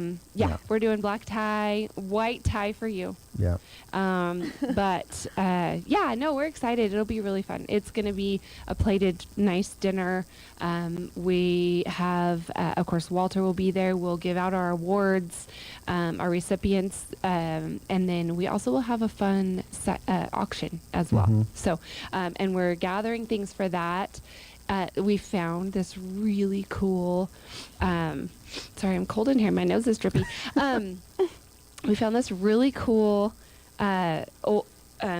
poster from when Richard Price was still the chamber director. Okay. And he had a Dallas Cowboy football player come. Jay. And I cannot pronounce the last name. I can picture him right now. Anyway, he came and he signed a bunch of pictures. And wet signatures. So he saved them. Oh, that's fine. We when we were, of course, switching offices and doing all the transition when Haley was leaving, we found his binder and all his notes on his banquets that he did, and we found that. And so I thought, you know what, we need to throw this in the auction. It was from the year 2000 or 2001, so it's like over 20 years old. Yeah, so you guys, So it's awesome. so there's gonna be an auction. We're gonna have an auction. Yes, that's what I meant. Yes. Yeah. So we found some really cool things. We're gonna have. When Forey Smith came about a year ago, he signed some things for us. So we'll have some really cool, authentic stuff like that. And then, of course, all kinds of different things. We're supporting local, so it's all about pouring back into our local businesses with some of our silent auctions and things like that. So awesome.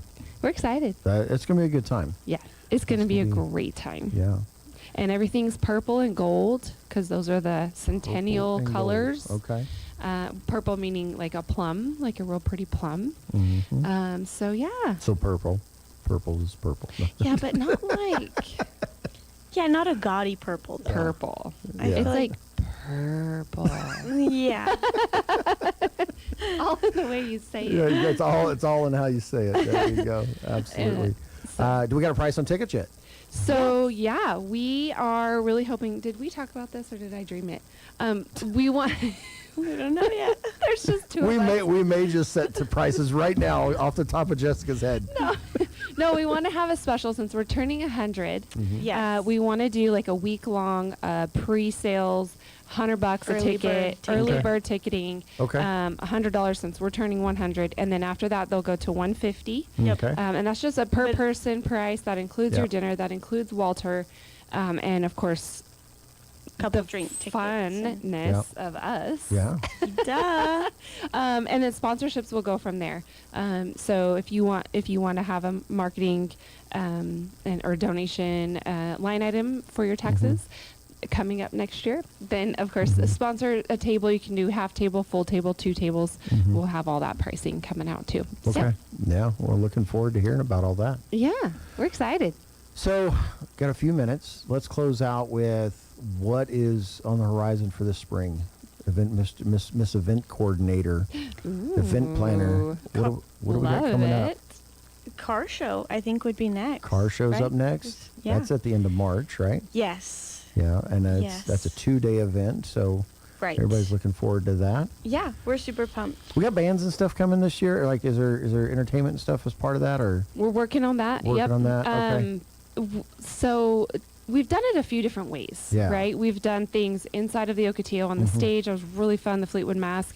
Last year we brought it outside and did a street dance with it over by 5th and Texas by where the food trucks are parking. Even had a flash mob. We did have a flash mob. That was really fun. Maybe we should bring that back. What? We had a flash mob. There was. Do you remember flash mobs? You don't. Yeah, I remember flash mobs. I was Anyway. like, getting a flash mob to show up in Artesia, that's a feat in and of itself. Oh, Yeah, it was pretty hardcore. Scott, we were the flash mob. Oh, yeah, the two of you. Yeah, it's not like outsiders. Yeah. It was locals. We were really pushing because Allison Joy was doing Dancing with the Stars. Mhm. And so that was her kind of like, hey, Yeah. I'm going to be doing this. And these are all my buddies that are flash mobbing with me. Yeah. It was really Yeah, fun. it was That's cute. funny. We built this city.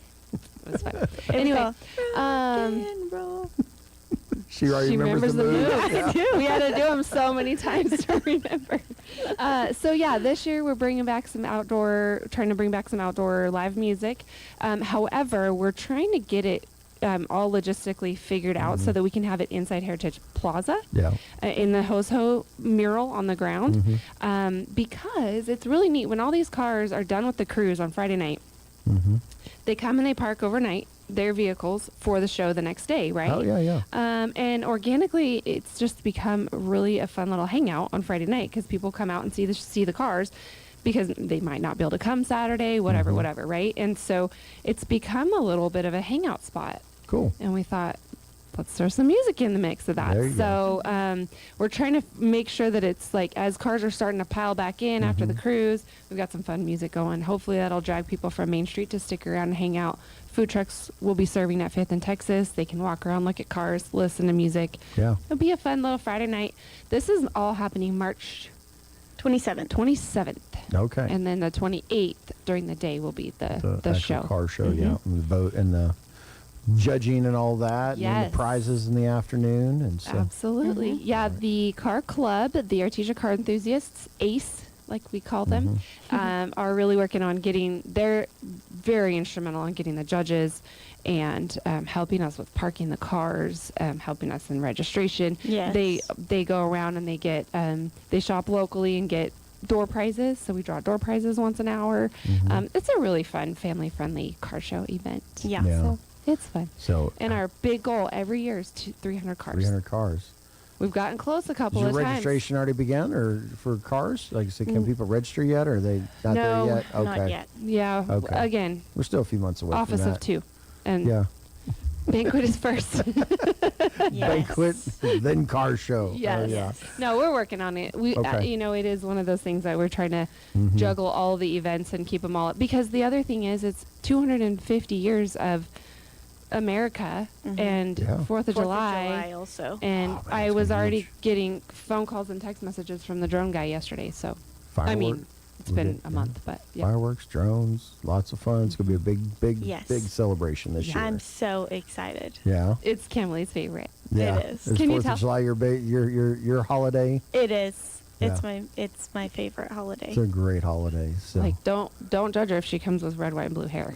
Like it's Yep. it's in her blood. It's that I'll intense. be wearing my Yes. bald eagle inflatable. Oh yeah, we need to I do a take it whole very marketing serious. thing So on you're running around with your bald eagle suit on. that. Dude, that is the funniest thing because the arms stick straight out and she runs like this. All right, ladies. Thank you so much. Thank Appreciate you. you coming in, and we will talk to you next week. Cool, sounds good. All See you right. then. God bless.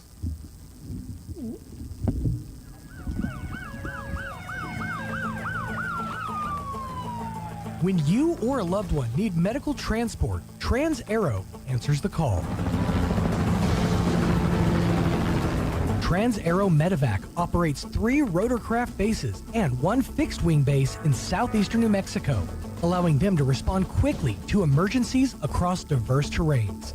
Their fleet extends coverage deep into New Mexico and West Texas, including Artesia, Carlsbad, Roswell, Ruidoso, Midland, Lubbock, and the surrounding areas, ready to answer the call when every second counts. Trans-Aero Medevac, proudly serving southeastern New Mexico and West Texas. Loan for free, thanks to the partnership from the City of Artesia and Trans-Aero Medevac.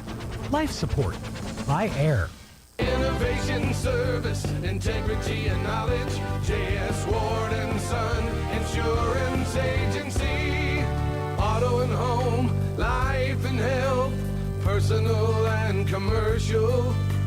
Bonds too, since 1925. We have the coverage for you. Innovation, service, integrity, and knowledge.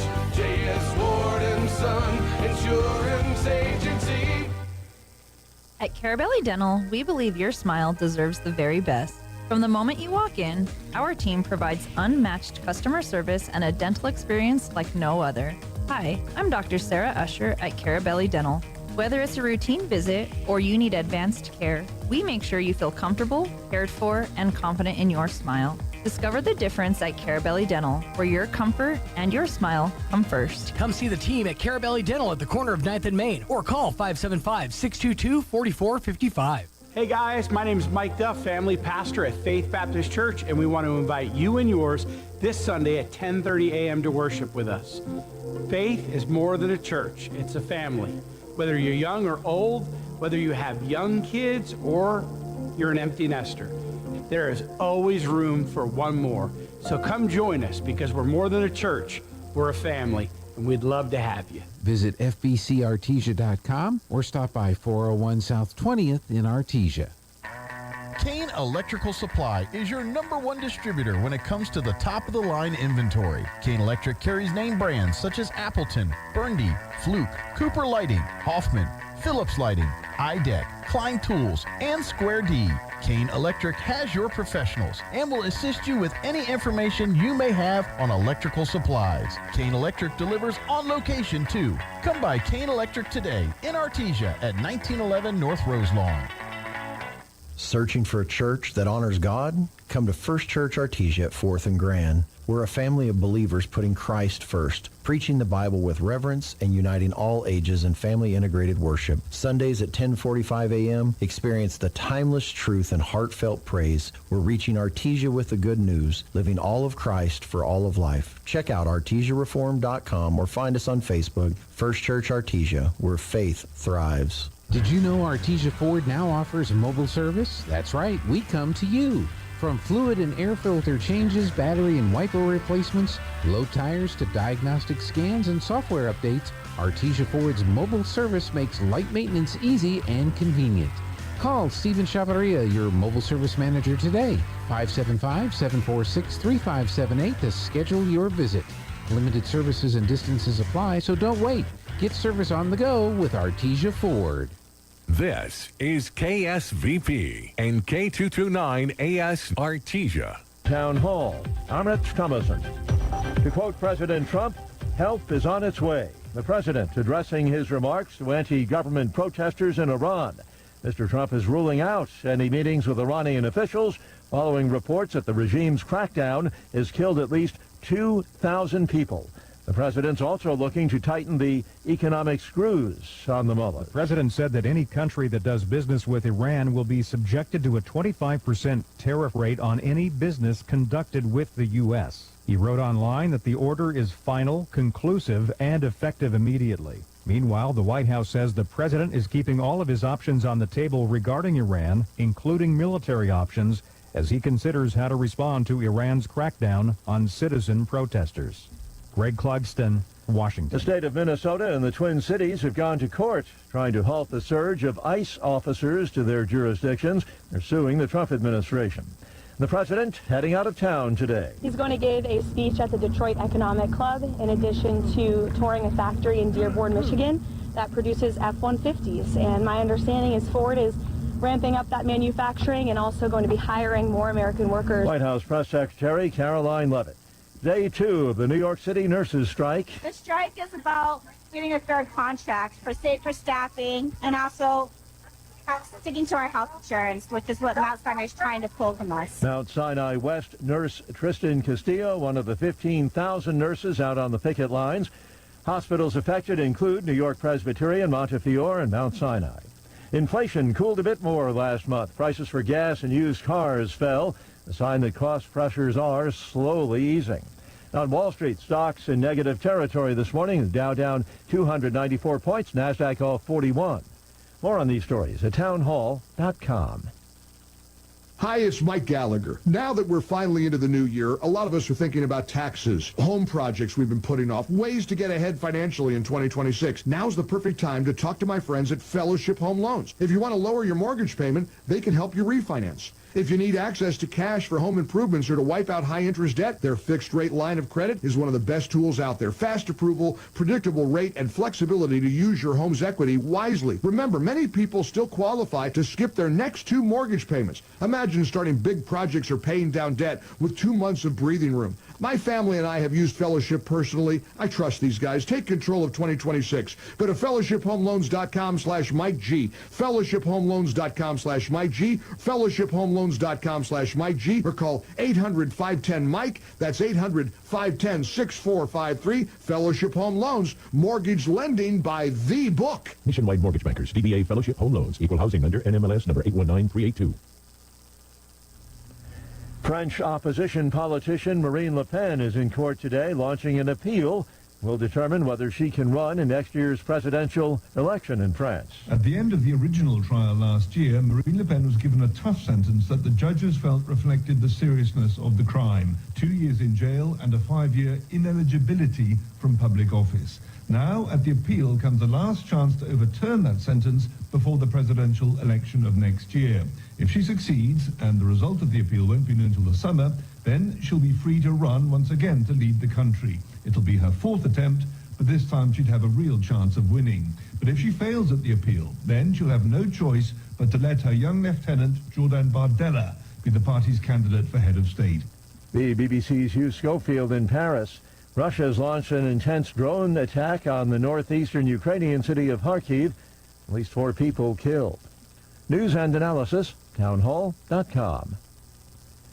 Paying tribute to the legendary boxer who could float like a butterfly and sting like a bee. The U.S. Postal Service is honoring Muhammad Ali with a commemorative postage stamp. The stamp features a 1974 Associated Press black and white photo of Ali in a boxing pose. The unveiling will take place in Louisville, Kentucky, Ali's birthplace and home to the Muhammad Ali Center. Because they're forever stamps, the first-class mail postage will always remain valid, what his wife Lonnie Ali calls an ultimate tribute. Ali was known as one of the greatest boxers and a candid figure on war, civil rights, and religion. He died in 2016 at the age of 74 after living with Parkinson's disease for more than 3 decades. I'm Marcela Sanchez. No longer underpinned by taxpayer dollars, PBS News Weekend has signed off, fading to black due to federal funding cuts. More on these stories, townhall.com. As KSVP celebrates 80 years of broadcasting in 2026, one of our longest-running features is the KSVIP. We love recognizing our local residents and listeners for great accomplishments in their lives. If it's a birthday, anniversary, promotion, retirement, a new family member, you name it, they're worthy of being a KSVIP. To nominate a special person who will receive recognition on the radio and a flower from Nell's Floral, call 575-746-2751.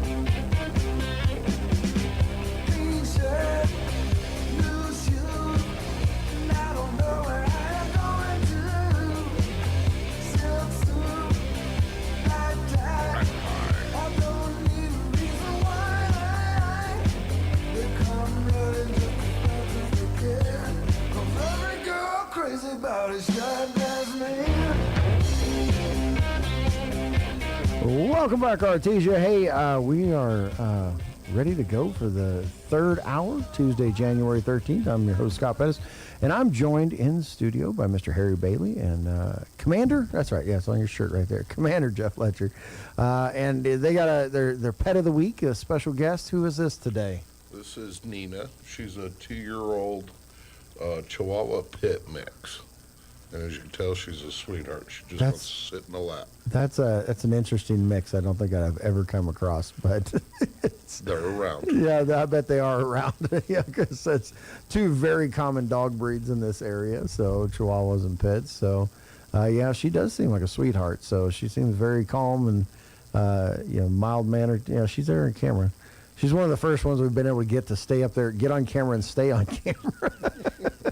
Yeah, we had really good luck on the first one that we brought in. Yeah. She just laid up here, but Yeah. the rest of them have kind of They're been. like, they're camera shy, So, so you guys have got. How are numbers looking as we've crossed into the new year? Well, I got to be honest with you. We're off to a really good start. Good. We are still at capacity. However, we're at capacity. Mm-hmm. We're not above and beyond right now. Okay, good. So good, and adoption numbers are holding pretty steady as we go into the new year. Rescues are starting to climb again. Good. So hopefully, knock on wood. Yeah. We can keep it going. That's really that's good. what's helped us out a lot is for a long time we weren't able to get the rescues, but this last month we had a really good success with rescues, so we're hoping that it just continues. Okay. Well, explain the difference between the just regular adoptions and rescues. What's rescues? So rescues are usually nonprofit organizations. Okay. And they step in, and instead of euthanizing an animal, they'll take them, work with them, and try to get them a home. Try to get them a home. Okay. But as that's a time process, so it's hard for them to take them all the time. Yeah. So when that comes, it's great. They can take a few and train them and work with them and get them ready to live in someone's house and then find them homes from there. Yes. Okay. All right. Do we have any local rescues, or are these rescues from out of town, or? Well, Paws and Claws is our actual rescue for the area. Gotcha. And Okay. then they send out to other rescues from there. Okay. Awesome. So, as we closed out the end of the year last year, I know we're looking at, the funds had kind of run out on free adoption stuff. What are we looking at here as we begin this year? We're still looking at the numbers. Uh-huh. At the moment, we've hit the pause button. We think we have just a little more, but we got to verify it before we say, hey, come on. Yeah. Okay. But we're extremely, extremely close. Yeah. But it's and even without that, it's still a pretty reasonable price on adoption out there. You're paying for shipping is what, $15, I think. Mm-hmm. Adoption fee, I can't remember how much you guys said that It's was. $25, and then they need to get then the spay and neuters on you essentially. Yes. But you sign an agreement to go get them spayed and neutered, I guess, and then locally that's about about 150, I think you said. 65. 65. Oh wow, that's a lot cheaper. Oh, to do the spay and neuter. Oh, so spay and neuter, that kind of it varies on the size. Yeah. Okay, all right. Yeah, so there's no set rate. When we are able to do it, it helps. That helps our adoption rate go up. Just because that's a big, we can always waive the fees for adoption. Yeah, we can waive this, we can waive that, but you still may end up spending $300 to get the animal spayed or neutered. And so that's a big financial. It is. Yeah. So. Yeah. So, but I think it makes a level of commitment to a person's going to invest that. They're going to take care of that animal, and so I know last time we talked, you said the return rate, the recidivism rate, I guess you would, has been almost nil at this point. Like people are taking them home, and with the ones that are going home fixed, we've had 0 return. Good. That's really, really good. They're not out running the street. They're not tired of them. Yeah. No, that's awesome to hear. So, anything coming up this year you guys have got that people might be looking forward to? Any events or anything like that for adoptions and stuff like that? We are looking to do an adoption event. It'll probably be in springtime. Okay. Is what we're looking to do. We want to kind of set up one that would be a yearly big shenanigan deal. Yeah, kind of. Where we got some vendors out there, we got vets, and but we're in the planning stages of that. Okay. And and then I guess just as way of reminder, everybody, you can come out anytime. You guys are open 6 days a week? 6 days a week, Monday through Saturday, 8 a.m. to 5 p.m. Yeah, come out, check out the animals, get to know them, see who's out there. And we always talk about going out and volunteer, walk the animals, stuff like that, and just, I need dog walkers. You need dog walkers. So I need a dog walker. If you're around the house, you ain't got a whole lot to do. Go out there and walk a dog. Yep. Get some exercise for you, get some exercise for the dogs, and get them out there moving and getting some human interaction on a regular basis would be good. Yeah, it's really important to, especially that aspect of it. Like I said, I normally am through the shelter at least once a week, every other week at minimum. But every time I go out there, I just try to walk through and give each dog a little bit of interaction. Why we look at them and try to pick the next one that we're gonna feature for the week. But if we could get people to come out and actually interact with the dog. I understand why some people don't want to come out because they're going to want to take them all home. Yeah. That's why I limit myself to once a week or every other week, and because Harry, every time I go in, he tries to get me to take at least 4 or 5 home. Yeah. I wish I had a giant farm. We could just take them all out there and just, and fence them all in and just let them run, But so a little bit about Nina. So you said she's 2-year-old. She's about 2 years old. About 2 years old, Chihuahua pit mix. Was she picked up off the street, or was she surrendered? She's a stray. She's a stray, and so she probably needs to be. Yes, she does. In fact, she at spayed. one point had puppies. Okay, all right. So she needs to be spayed and everything. So, but if people want to get to see her, come on out to the pound and check her out and get to know her. So, well, anything else you guys have got that you guys want to share about what's going on, or ways people can help, or anything like that? The only thing I want to mention is spring's coming. The wind's going to blow. So a lot of times, we get those big, huge gusts of winds that can blow down a fence or blow open a gate. Remember, if you're missing your dog, it's fine to post it on Facebook. It's fine to do all that, but give us a call and check and see if we have your animal. Yeah. If you want to make sure that you're following the law and that your animal's returned, get them microchipped. That way, if the fence does fall down when we have those 100-mile-an-hour winds, and we pick up your animal, we can take them back to you. But that's just something that it's about to start. It was windy the other day, but it's really gonna get there in the next month or so. Yeah. Yeah, and just as a way of reminder too is that you guys microchip. So if you have an animal at home and you know they're not microchipped, head on down to the animal shelter. $15. They'll get you microchipped. They'll give you all the information to register your animal, and that way, if they do get out and they get loose, and our animal control officers. I was trying to think of they're not dog catchers. We don't call them dog catchers anymore. Our animal control officers do come across your animal. They'll be able to tell who it is and give you a call and let you know. And if you call us and say, hey, my dog's out, we can do what's called the lost pet form, and we give that to our officers. So when they see that dog and pick it up, they'll bring it home to you. They'll just bring it straight to you because they already know who it belongs to. Okay. Correct. So that's great. It's important that you call us. Yeah, absolutely. So if your dog gets out, the first call you should make is directly to you guys. They go, hey, my dog's out, and this is what it looks like, and stuff like that, so that you guys can get that animal back to them. Yep. Awesome. Well, that's wonderful news. So, all right, gents, I appreciate it. Hopefully, someone comes and visits Miss Nina and takes her home this week. As you can see, she's ready to go. Yeah, she's just calm. She's definitely a lap dog. Yeah. She just that's that Chihuahua in them. They love to be on you and just lay there and cuddle with you. So. And she got the Chihuahua shape too. Yeah, she kind of does. So little short, stubby legs. So, all right. Well, thank you guys so much. I appreciate it, and we'll talk to you next time. All right. Sounds good. Thanks. All right. God bless. All right. Oh, there you go. Pecos Valley weather, we're looking good for the next couple of days. Big high pressure system over our area, not moving anywhere anytime soon. We'll get low 60s and sunshine today. Overnight, low 30s and clear, and then right around the 60-degree mark for the high on Wednesday and sunshine. Clear Wednesday night will warm up a little bit on Thursday to the upper 60s, and we keep the sunshine.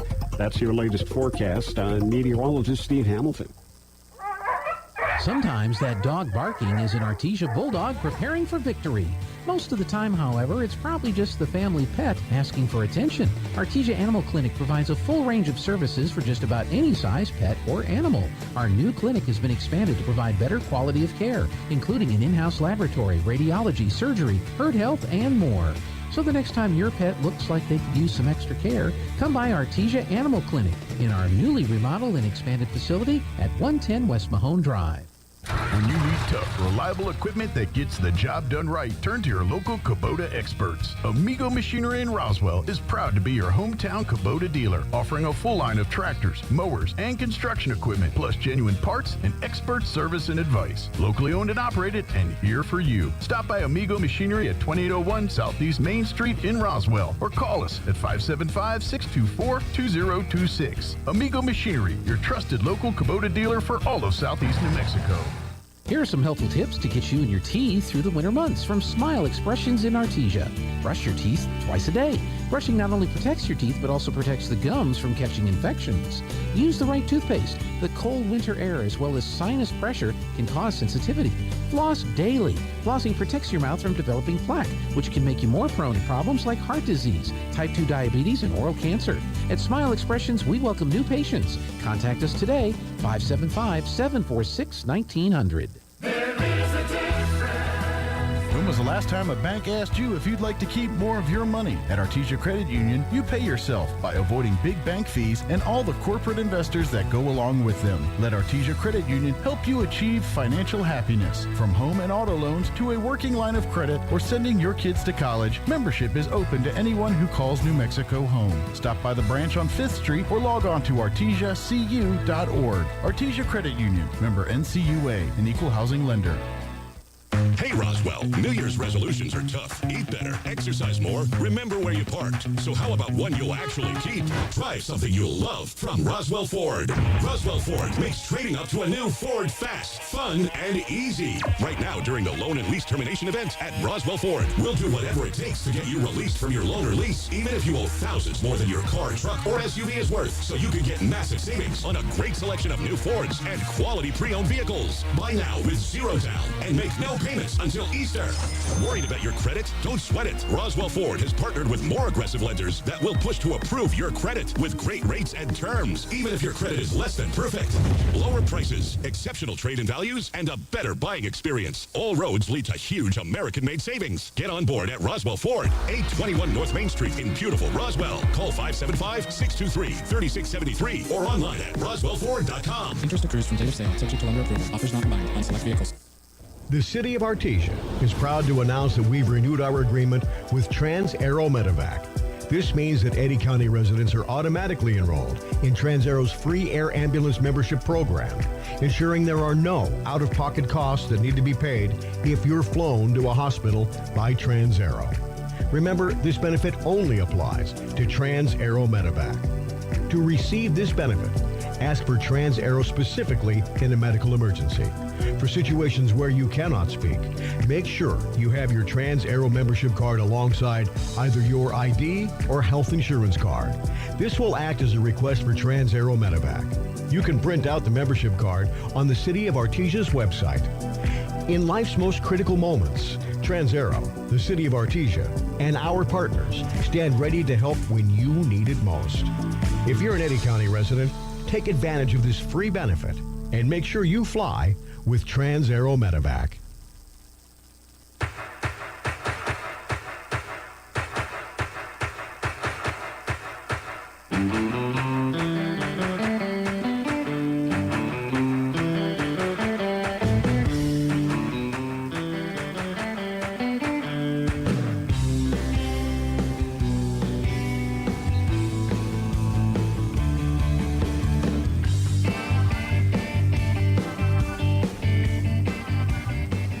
Welcome back, Artesia. Hey, we're now joined via Zoom by Mr. Aaron Irving. How are you doing, dude? I'm living the dream. How about you? Good. I got completely distracted during the commercial break. A buddy of mine sent a video of a guy doing a base jump off of one of the big wind turbine things. Oh, wow. And the guy was climbing out onto the end of the blade so he could jump. It's like my nerves were. I'm just watching it, and my nerve. Yeah, I can picture that in my mind and get freaked out just by picturing it in my mind. Base jumpers are crazy, man. Those guys are next level nuts. So, so makes perfect sense to jump out of a moving airplane. But yes. Oh man. Lots of fear and guns, right? Yeah, exactly. So how are things going over there in the finance industry? Going pretty good. Good, man. Good. So you got a clever joke for us today? We'll see if it's clever or not. Yeah.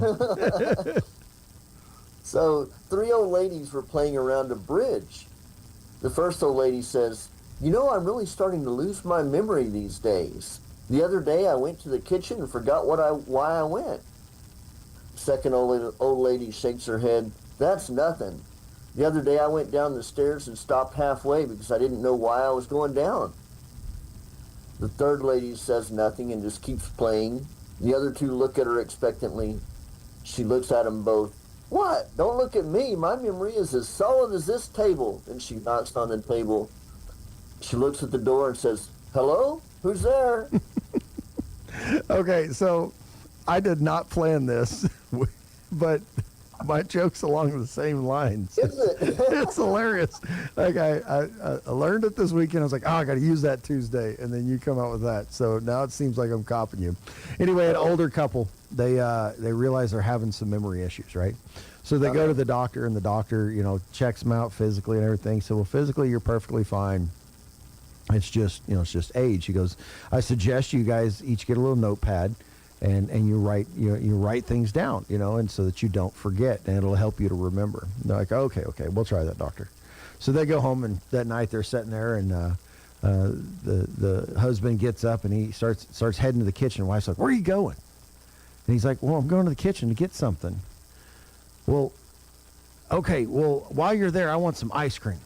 He goes, oh, okay, I'll get you some ice cream. She goes, you need to write that down. You're going to forget it. He goes, no, I'm not going to forget just an ice cream. I'll remember the ice cream.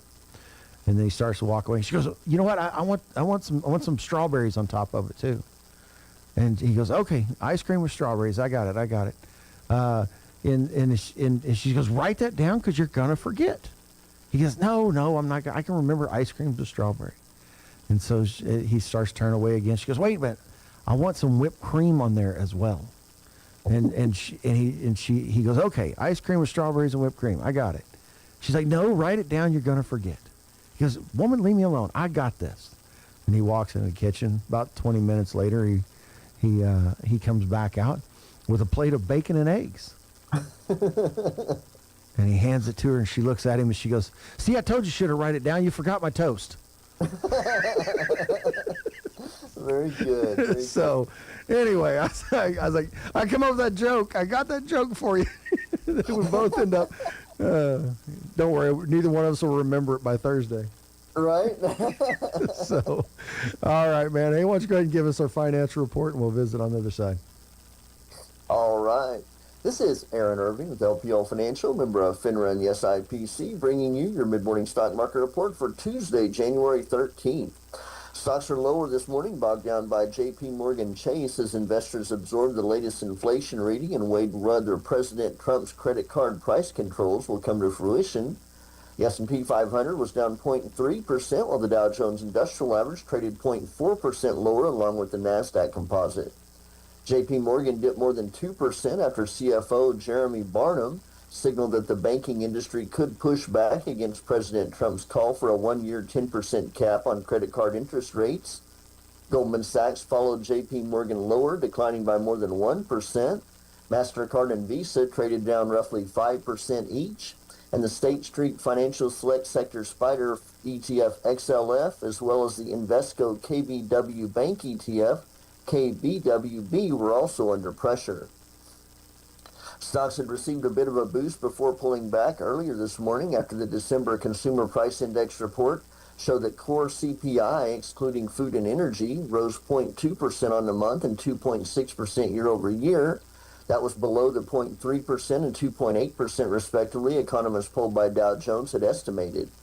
The monthly figure for headline inflation increased 0.3% in December, putting the annual rate at 2.7%, with both of those figures matching Dow Jones forecasts.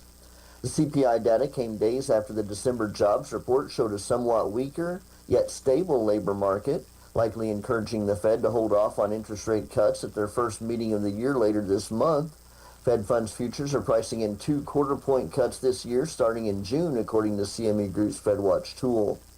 Wall Street is coming off of a record-setting session when the S&P 500 and Dow Jones Industrial Average hit all-time closing highs as investors look past news of the Department of Justice's criminal investigation into Federal Reserve Chair Jerome Powell.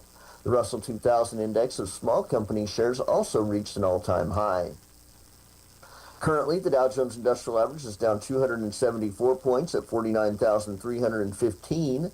The S&P 500 is 21 points lower at 6,955. And the NASDAQ Composite is off by 54 points at 23,678.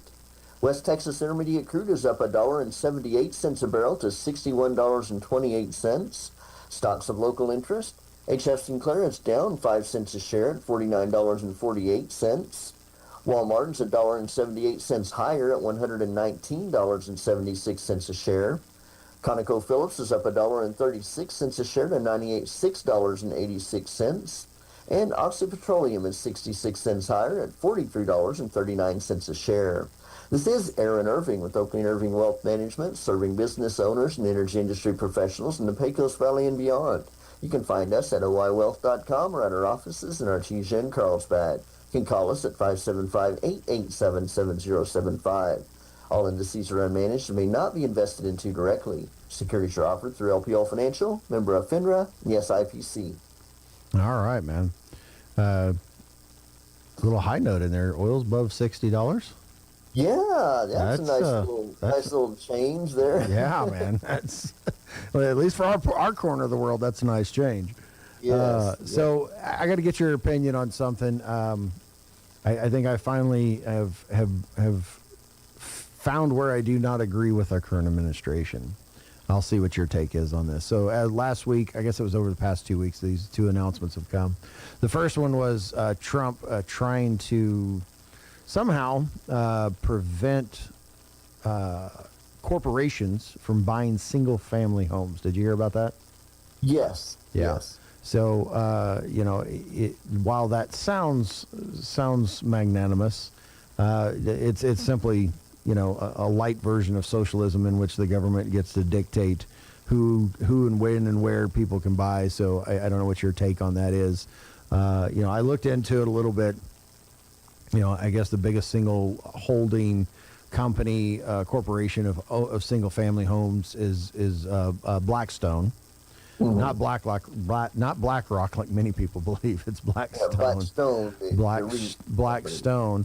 And their entire holdings are less than 1% of all available, houses on the market. I mean, so I don't know. What's your take on that?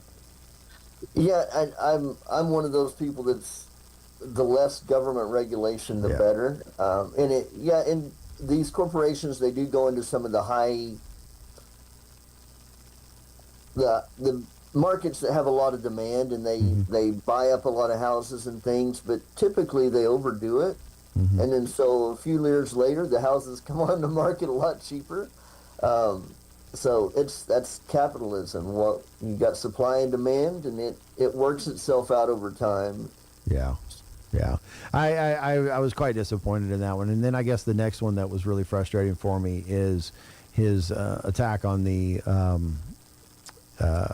military production industry, military industrial complex. Well, it's not so much that it's these companies that build our weapons and ships and all that stuff, and him telling them, he said he's going to tell them that they cannot I guess give dividends and something else that he was going to restrict stock buybacks. He was going to restrict them from doing that. To me that's just the same concept. It's just government trying to tell private industry what to do. I think that's a huge issue. Yeah, and of course his goal on that was to try to get them to invest in new factories because they're getting behind on orders and they're not providing what he thinks is proper service to their equipment. So, and he sees that money going out the door as stock buybacks, and stock buybacks are more of a accounting trick than dividends are. Dividends go to people, but stock buybacks are still useful. But again, my preference is less government regulation over more. But I can see him trying to browbeat them to invest in new factories and things. So. Yeah, and I get it. I get the desire of what he's trying. I think his ends are noble. I just think his means, he's slipping into doing the things that the other side would want to do as well.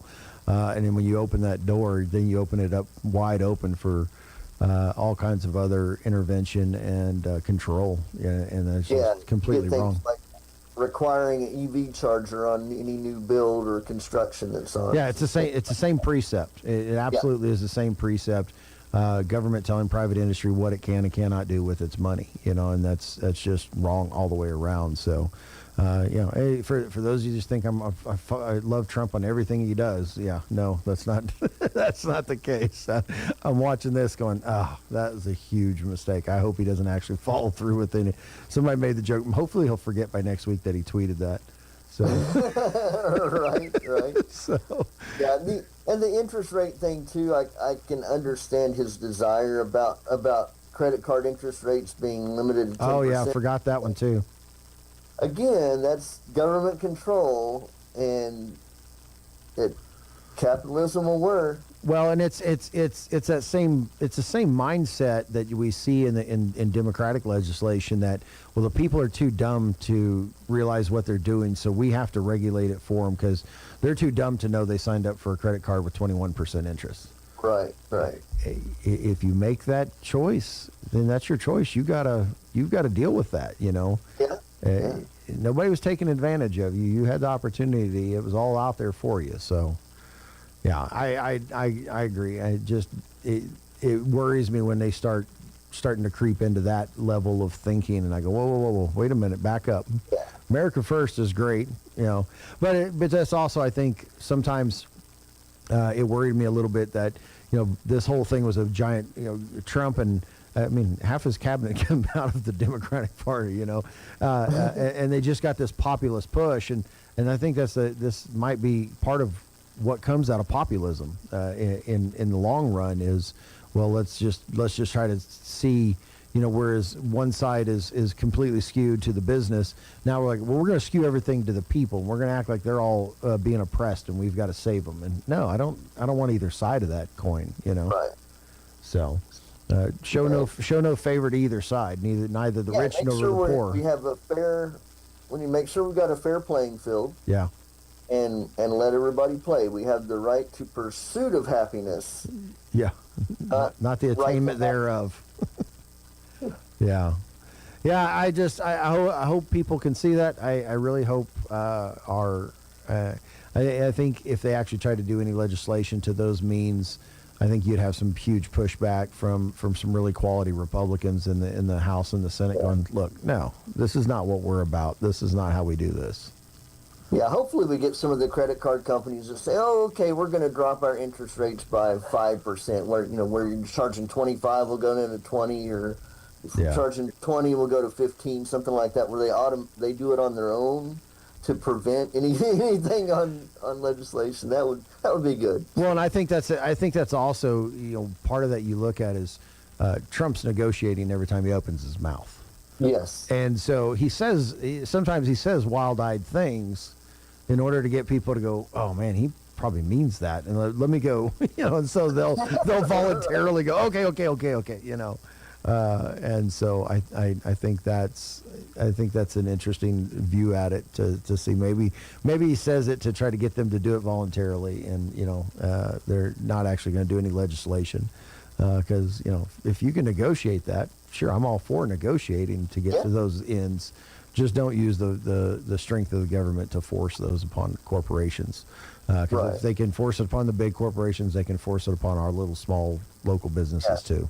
Yeah, and typically big corporations are in favor of government regulations because it locks them into the monopoly. I mean, that's the Federal Reserve came about because the big banks didn't want competition from the state banks, and things like that. And so, it's. Well, we'll just sit back and see, man. That's all we can do. Right? Invest our money wisely as we watch the market move. All right. Absolutely. All right, man. You have a great week. We'll talk to you on Thursday, and God bless, man. Oh, God bless you too. All right.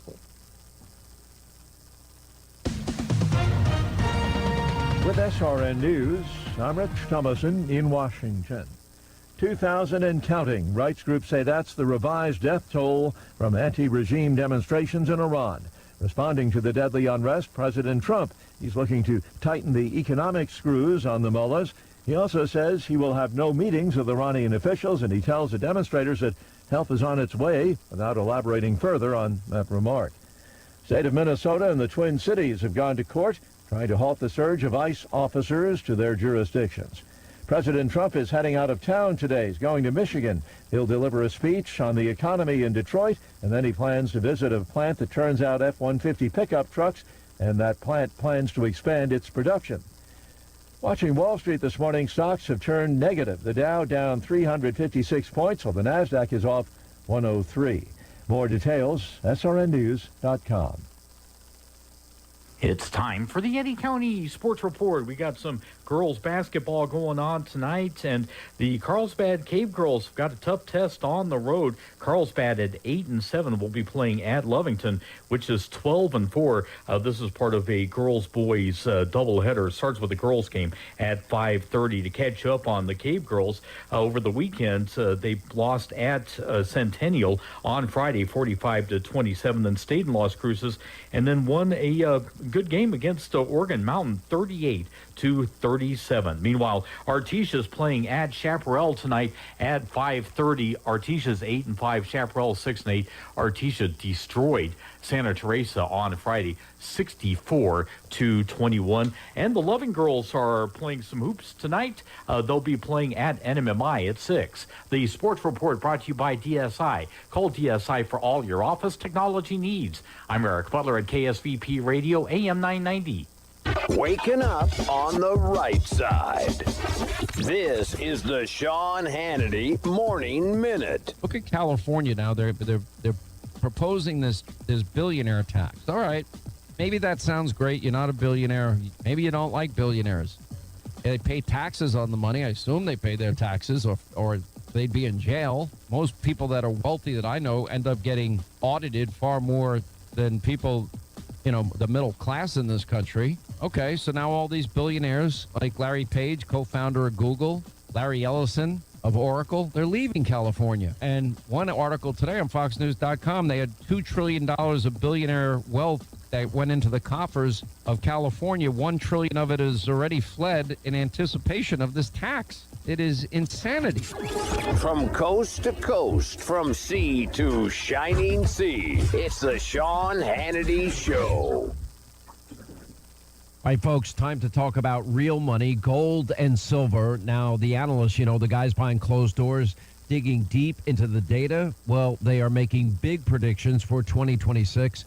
Now, they now see gold hitting $5,000 an ounce. Wow. How about silver? We're talking about silver surging toward an unbelievable $100 an ounce. I'm going to tell you what, I'm not waiting until I see these prices in the headlines. I'm taking action now. That's why I am a customer of the best in the business, and that is Goldco. They are my number one pick for gold and silver. I trust them to help diversify and protect my retirement savings. Right now, they're offering you a free 2026 gold and silver kit, plus a limited time offer where you can get 10% instant match in bonus gold or silver just for getting started. Call now, 855-815-GOLD, or just go to HannityGold.com. That's 855-815-GOLD, or HannityGold.com. I'm meteorologist Steve Hamilton with your Pecos Valley weather. We're looking good for the next couple of days. Big high pressure system over our area, not moving anywhere anytime soon. We'll get low 60s and sunshine today. Overnight, low 30s and clear, and then right around the 60-degree mark for the high on Wednesday and sunshine. Clear Wednesday night will warm up a little bit on Thursday to the upper 60s, and we keep the sunshine. That's your latest forecast. I'm meteorologist Steve Hamilton.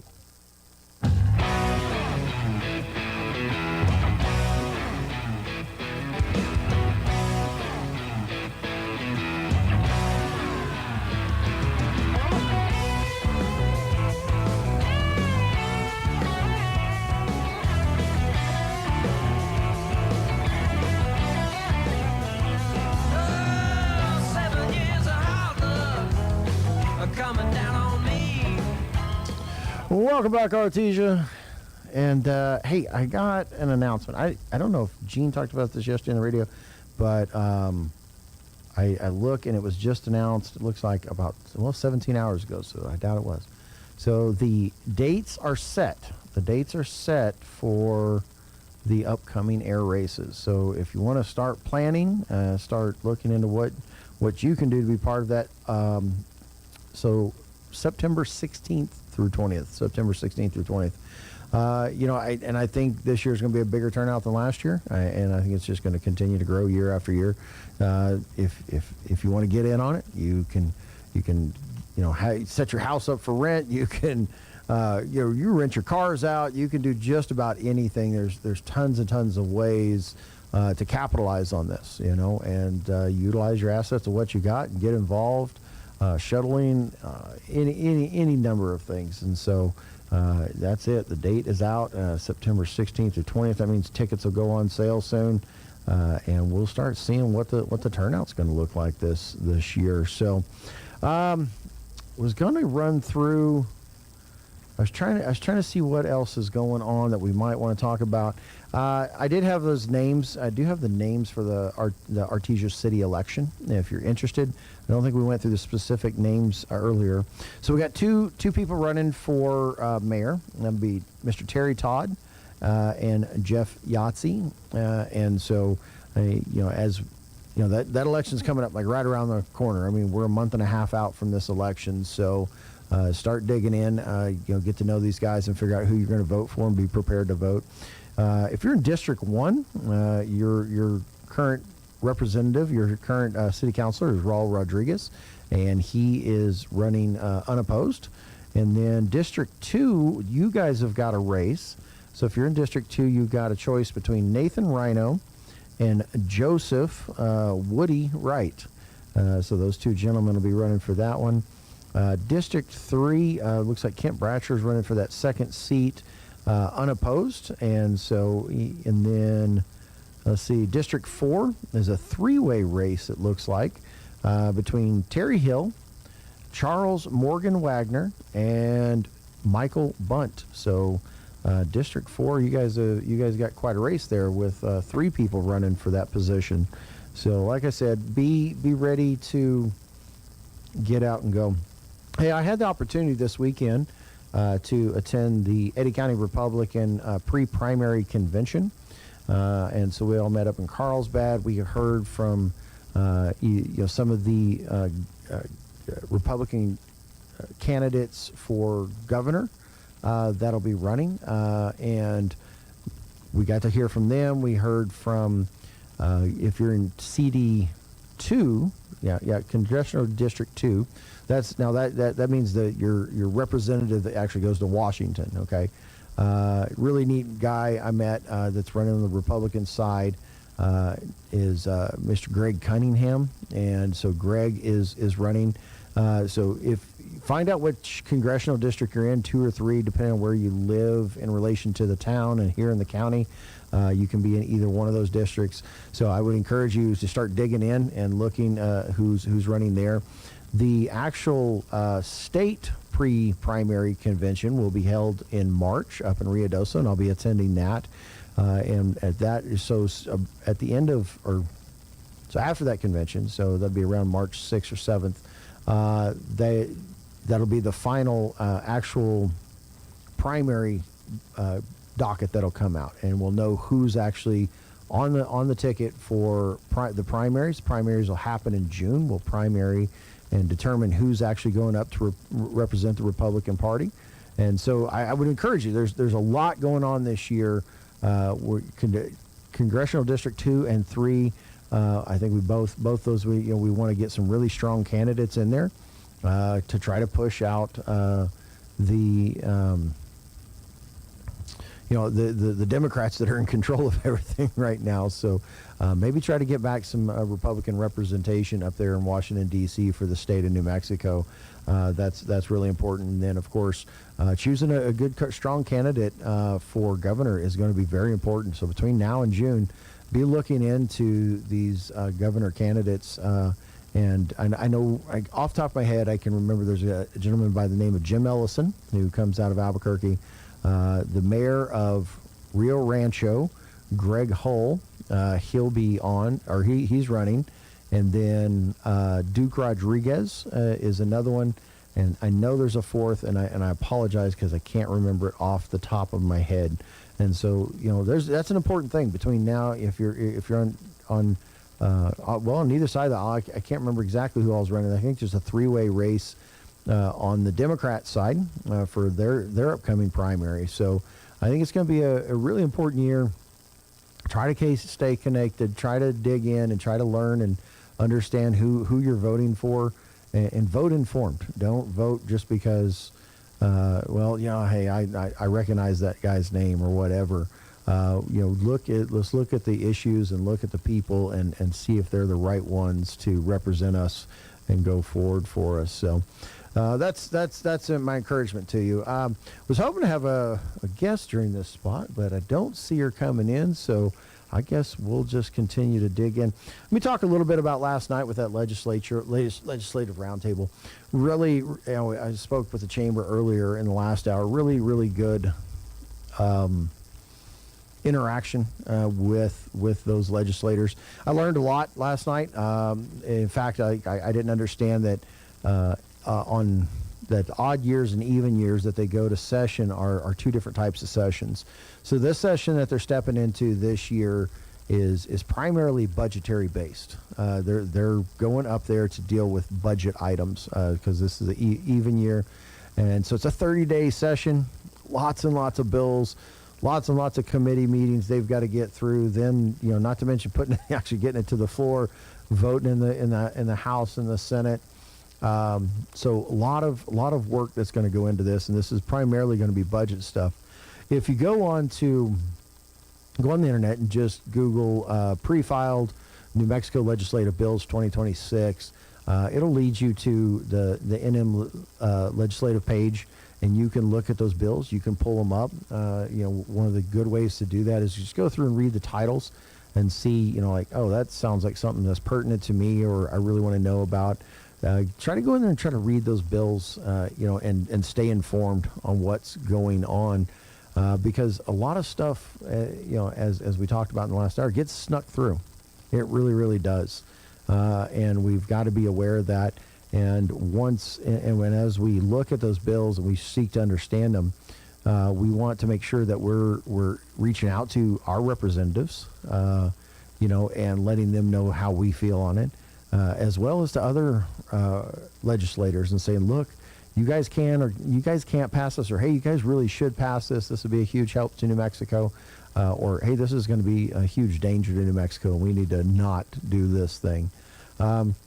There's a number of them in there that are quite interesting. There's quite a few bills related to guns, and they have to do with records and like. One of the bills that I looked at, if a youth gets a charge, so you're under 18 and you get a charge that would have been a felony if you had been an adult, that could actually end up barring you. If they pass that could end up barring, a 15-year-old that committed a felony. It could bar him for the rest of his life from owning a gun. And so you need to decide where you stand on that issue, and let your legislators know.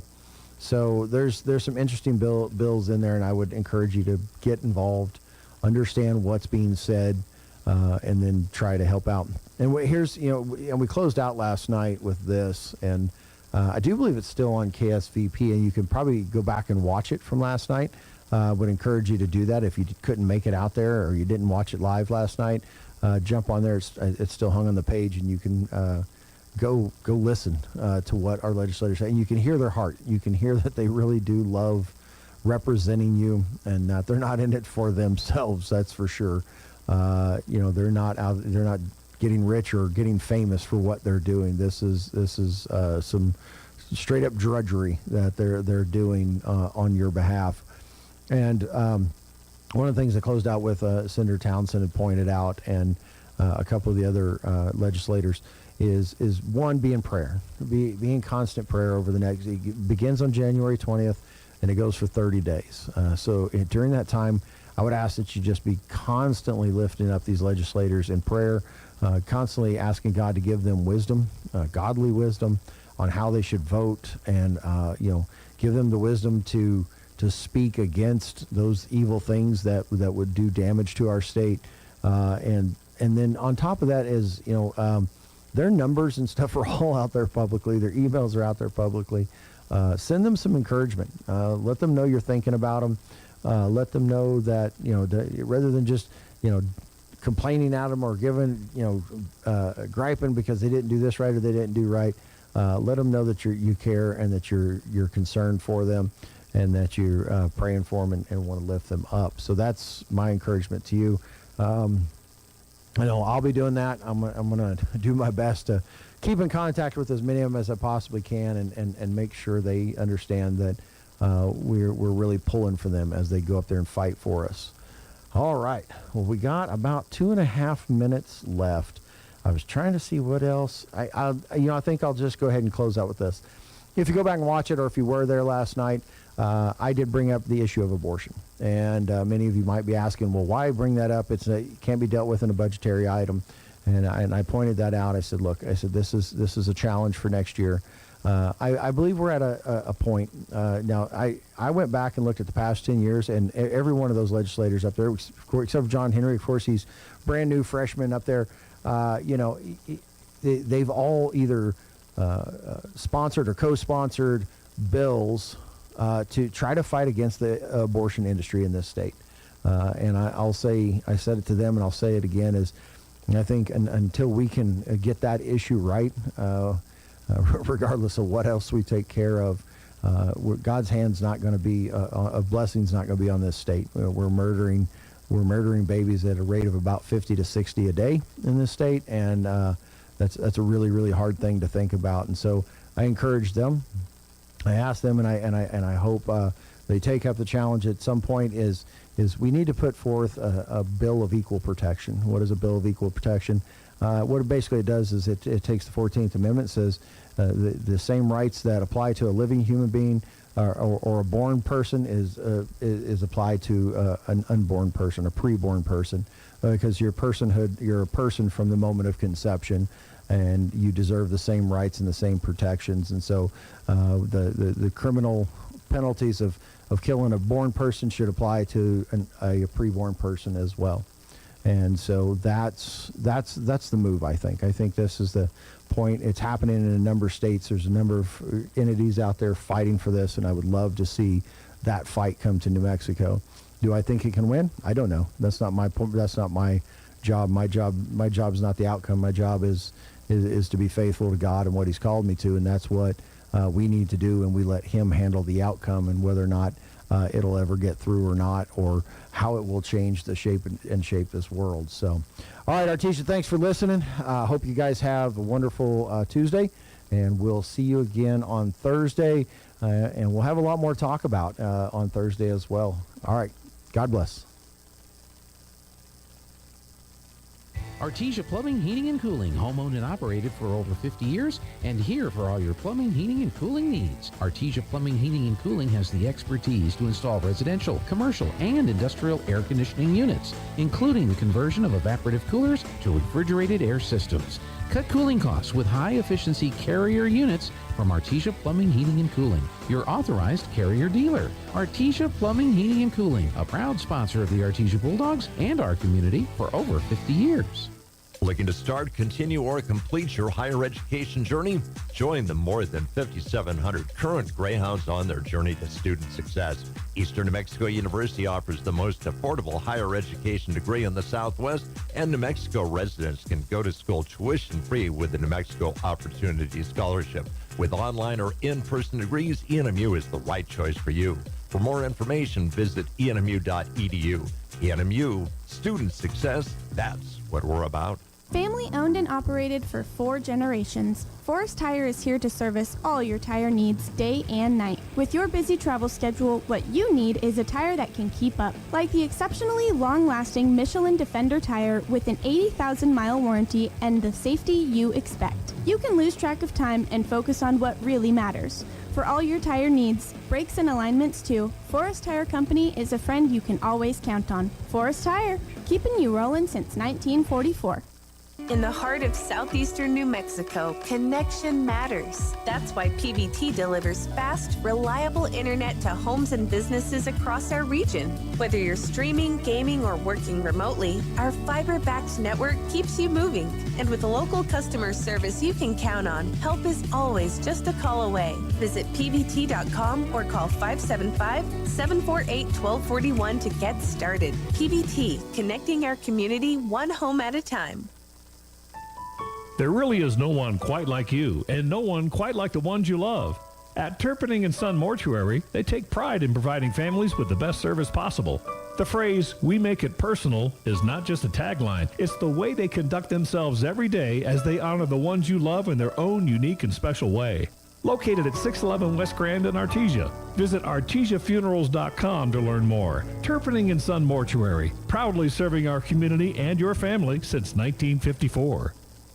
Reliable Tint LLC has a brand new home at 1416 South 1st Street in Artesia, and they're ready to serve you. Now open Monday through Friday, 8 to 6, Reliable Tint specializes in professional window tinting and glass replacement for cars, trucks, SUVs, and yes, even big rigs and RVs. From reducing glare and heat to keeping your ride looking sharp, Reliable Tint has the experience and quality you can trust. Stop by their new location, 1416 South 1st Street in Artesia. Reliable Tint LLC, your local experts in tint and glass. Looking for the right ride at the right price? Come to Tate Branch Artesia and check out our used cars. We've got a huge selection of all makes, all models, and every color you can imagine. Priced right to fit your budget. Many vehicles have payments under $500 and come with a lifetime powertrain warranty for your peace of mind. Bad credit, upside down in your trade? No problem. We work with all credit and we'll fight to get you approved. Experience the Tate Branch difference today, where great cars, great prices, and great people come together. Stop by Tate Branch at 919 South 1st Street in Artesia or visit us online at tatebranchartesia.com. You thought it was loving to do this. Want to come back to my place? Which resulted in this. What is loving is paying your child support. To support them. Do the loving thing and pay your child support today. Payment processed. Payment received. Contact the Child Support Services Division and meet your monthly obligation for your children. Visit yes.nm.gov or call 1-800-283-4465. Brought to you by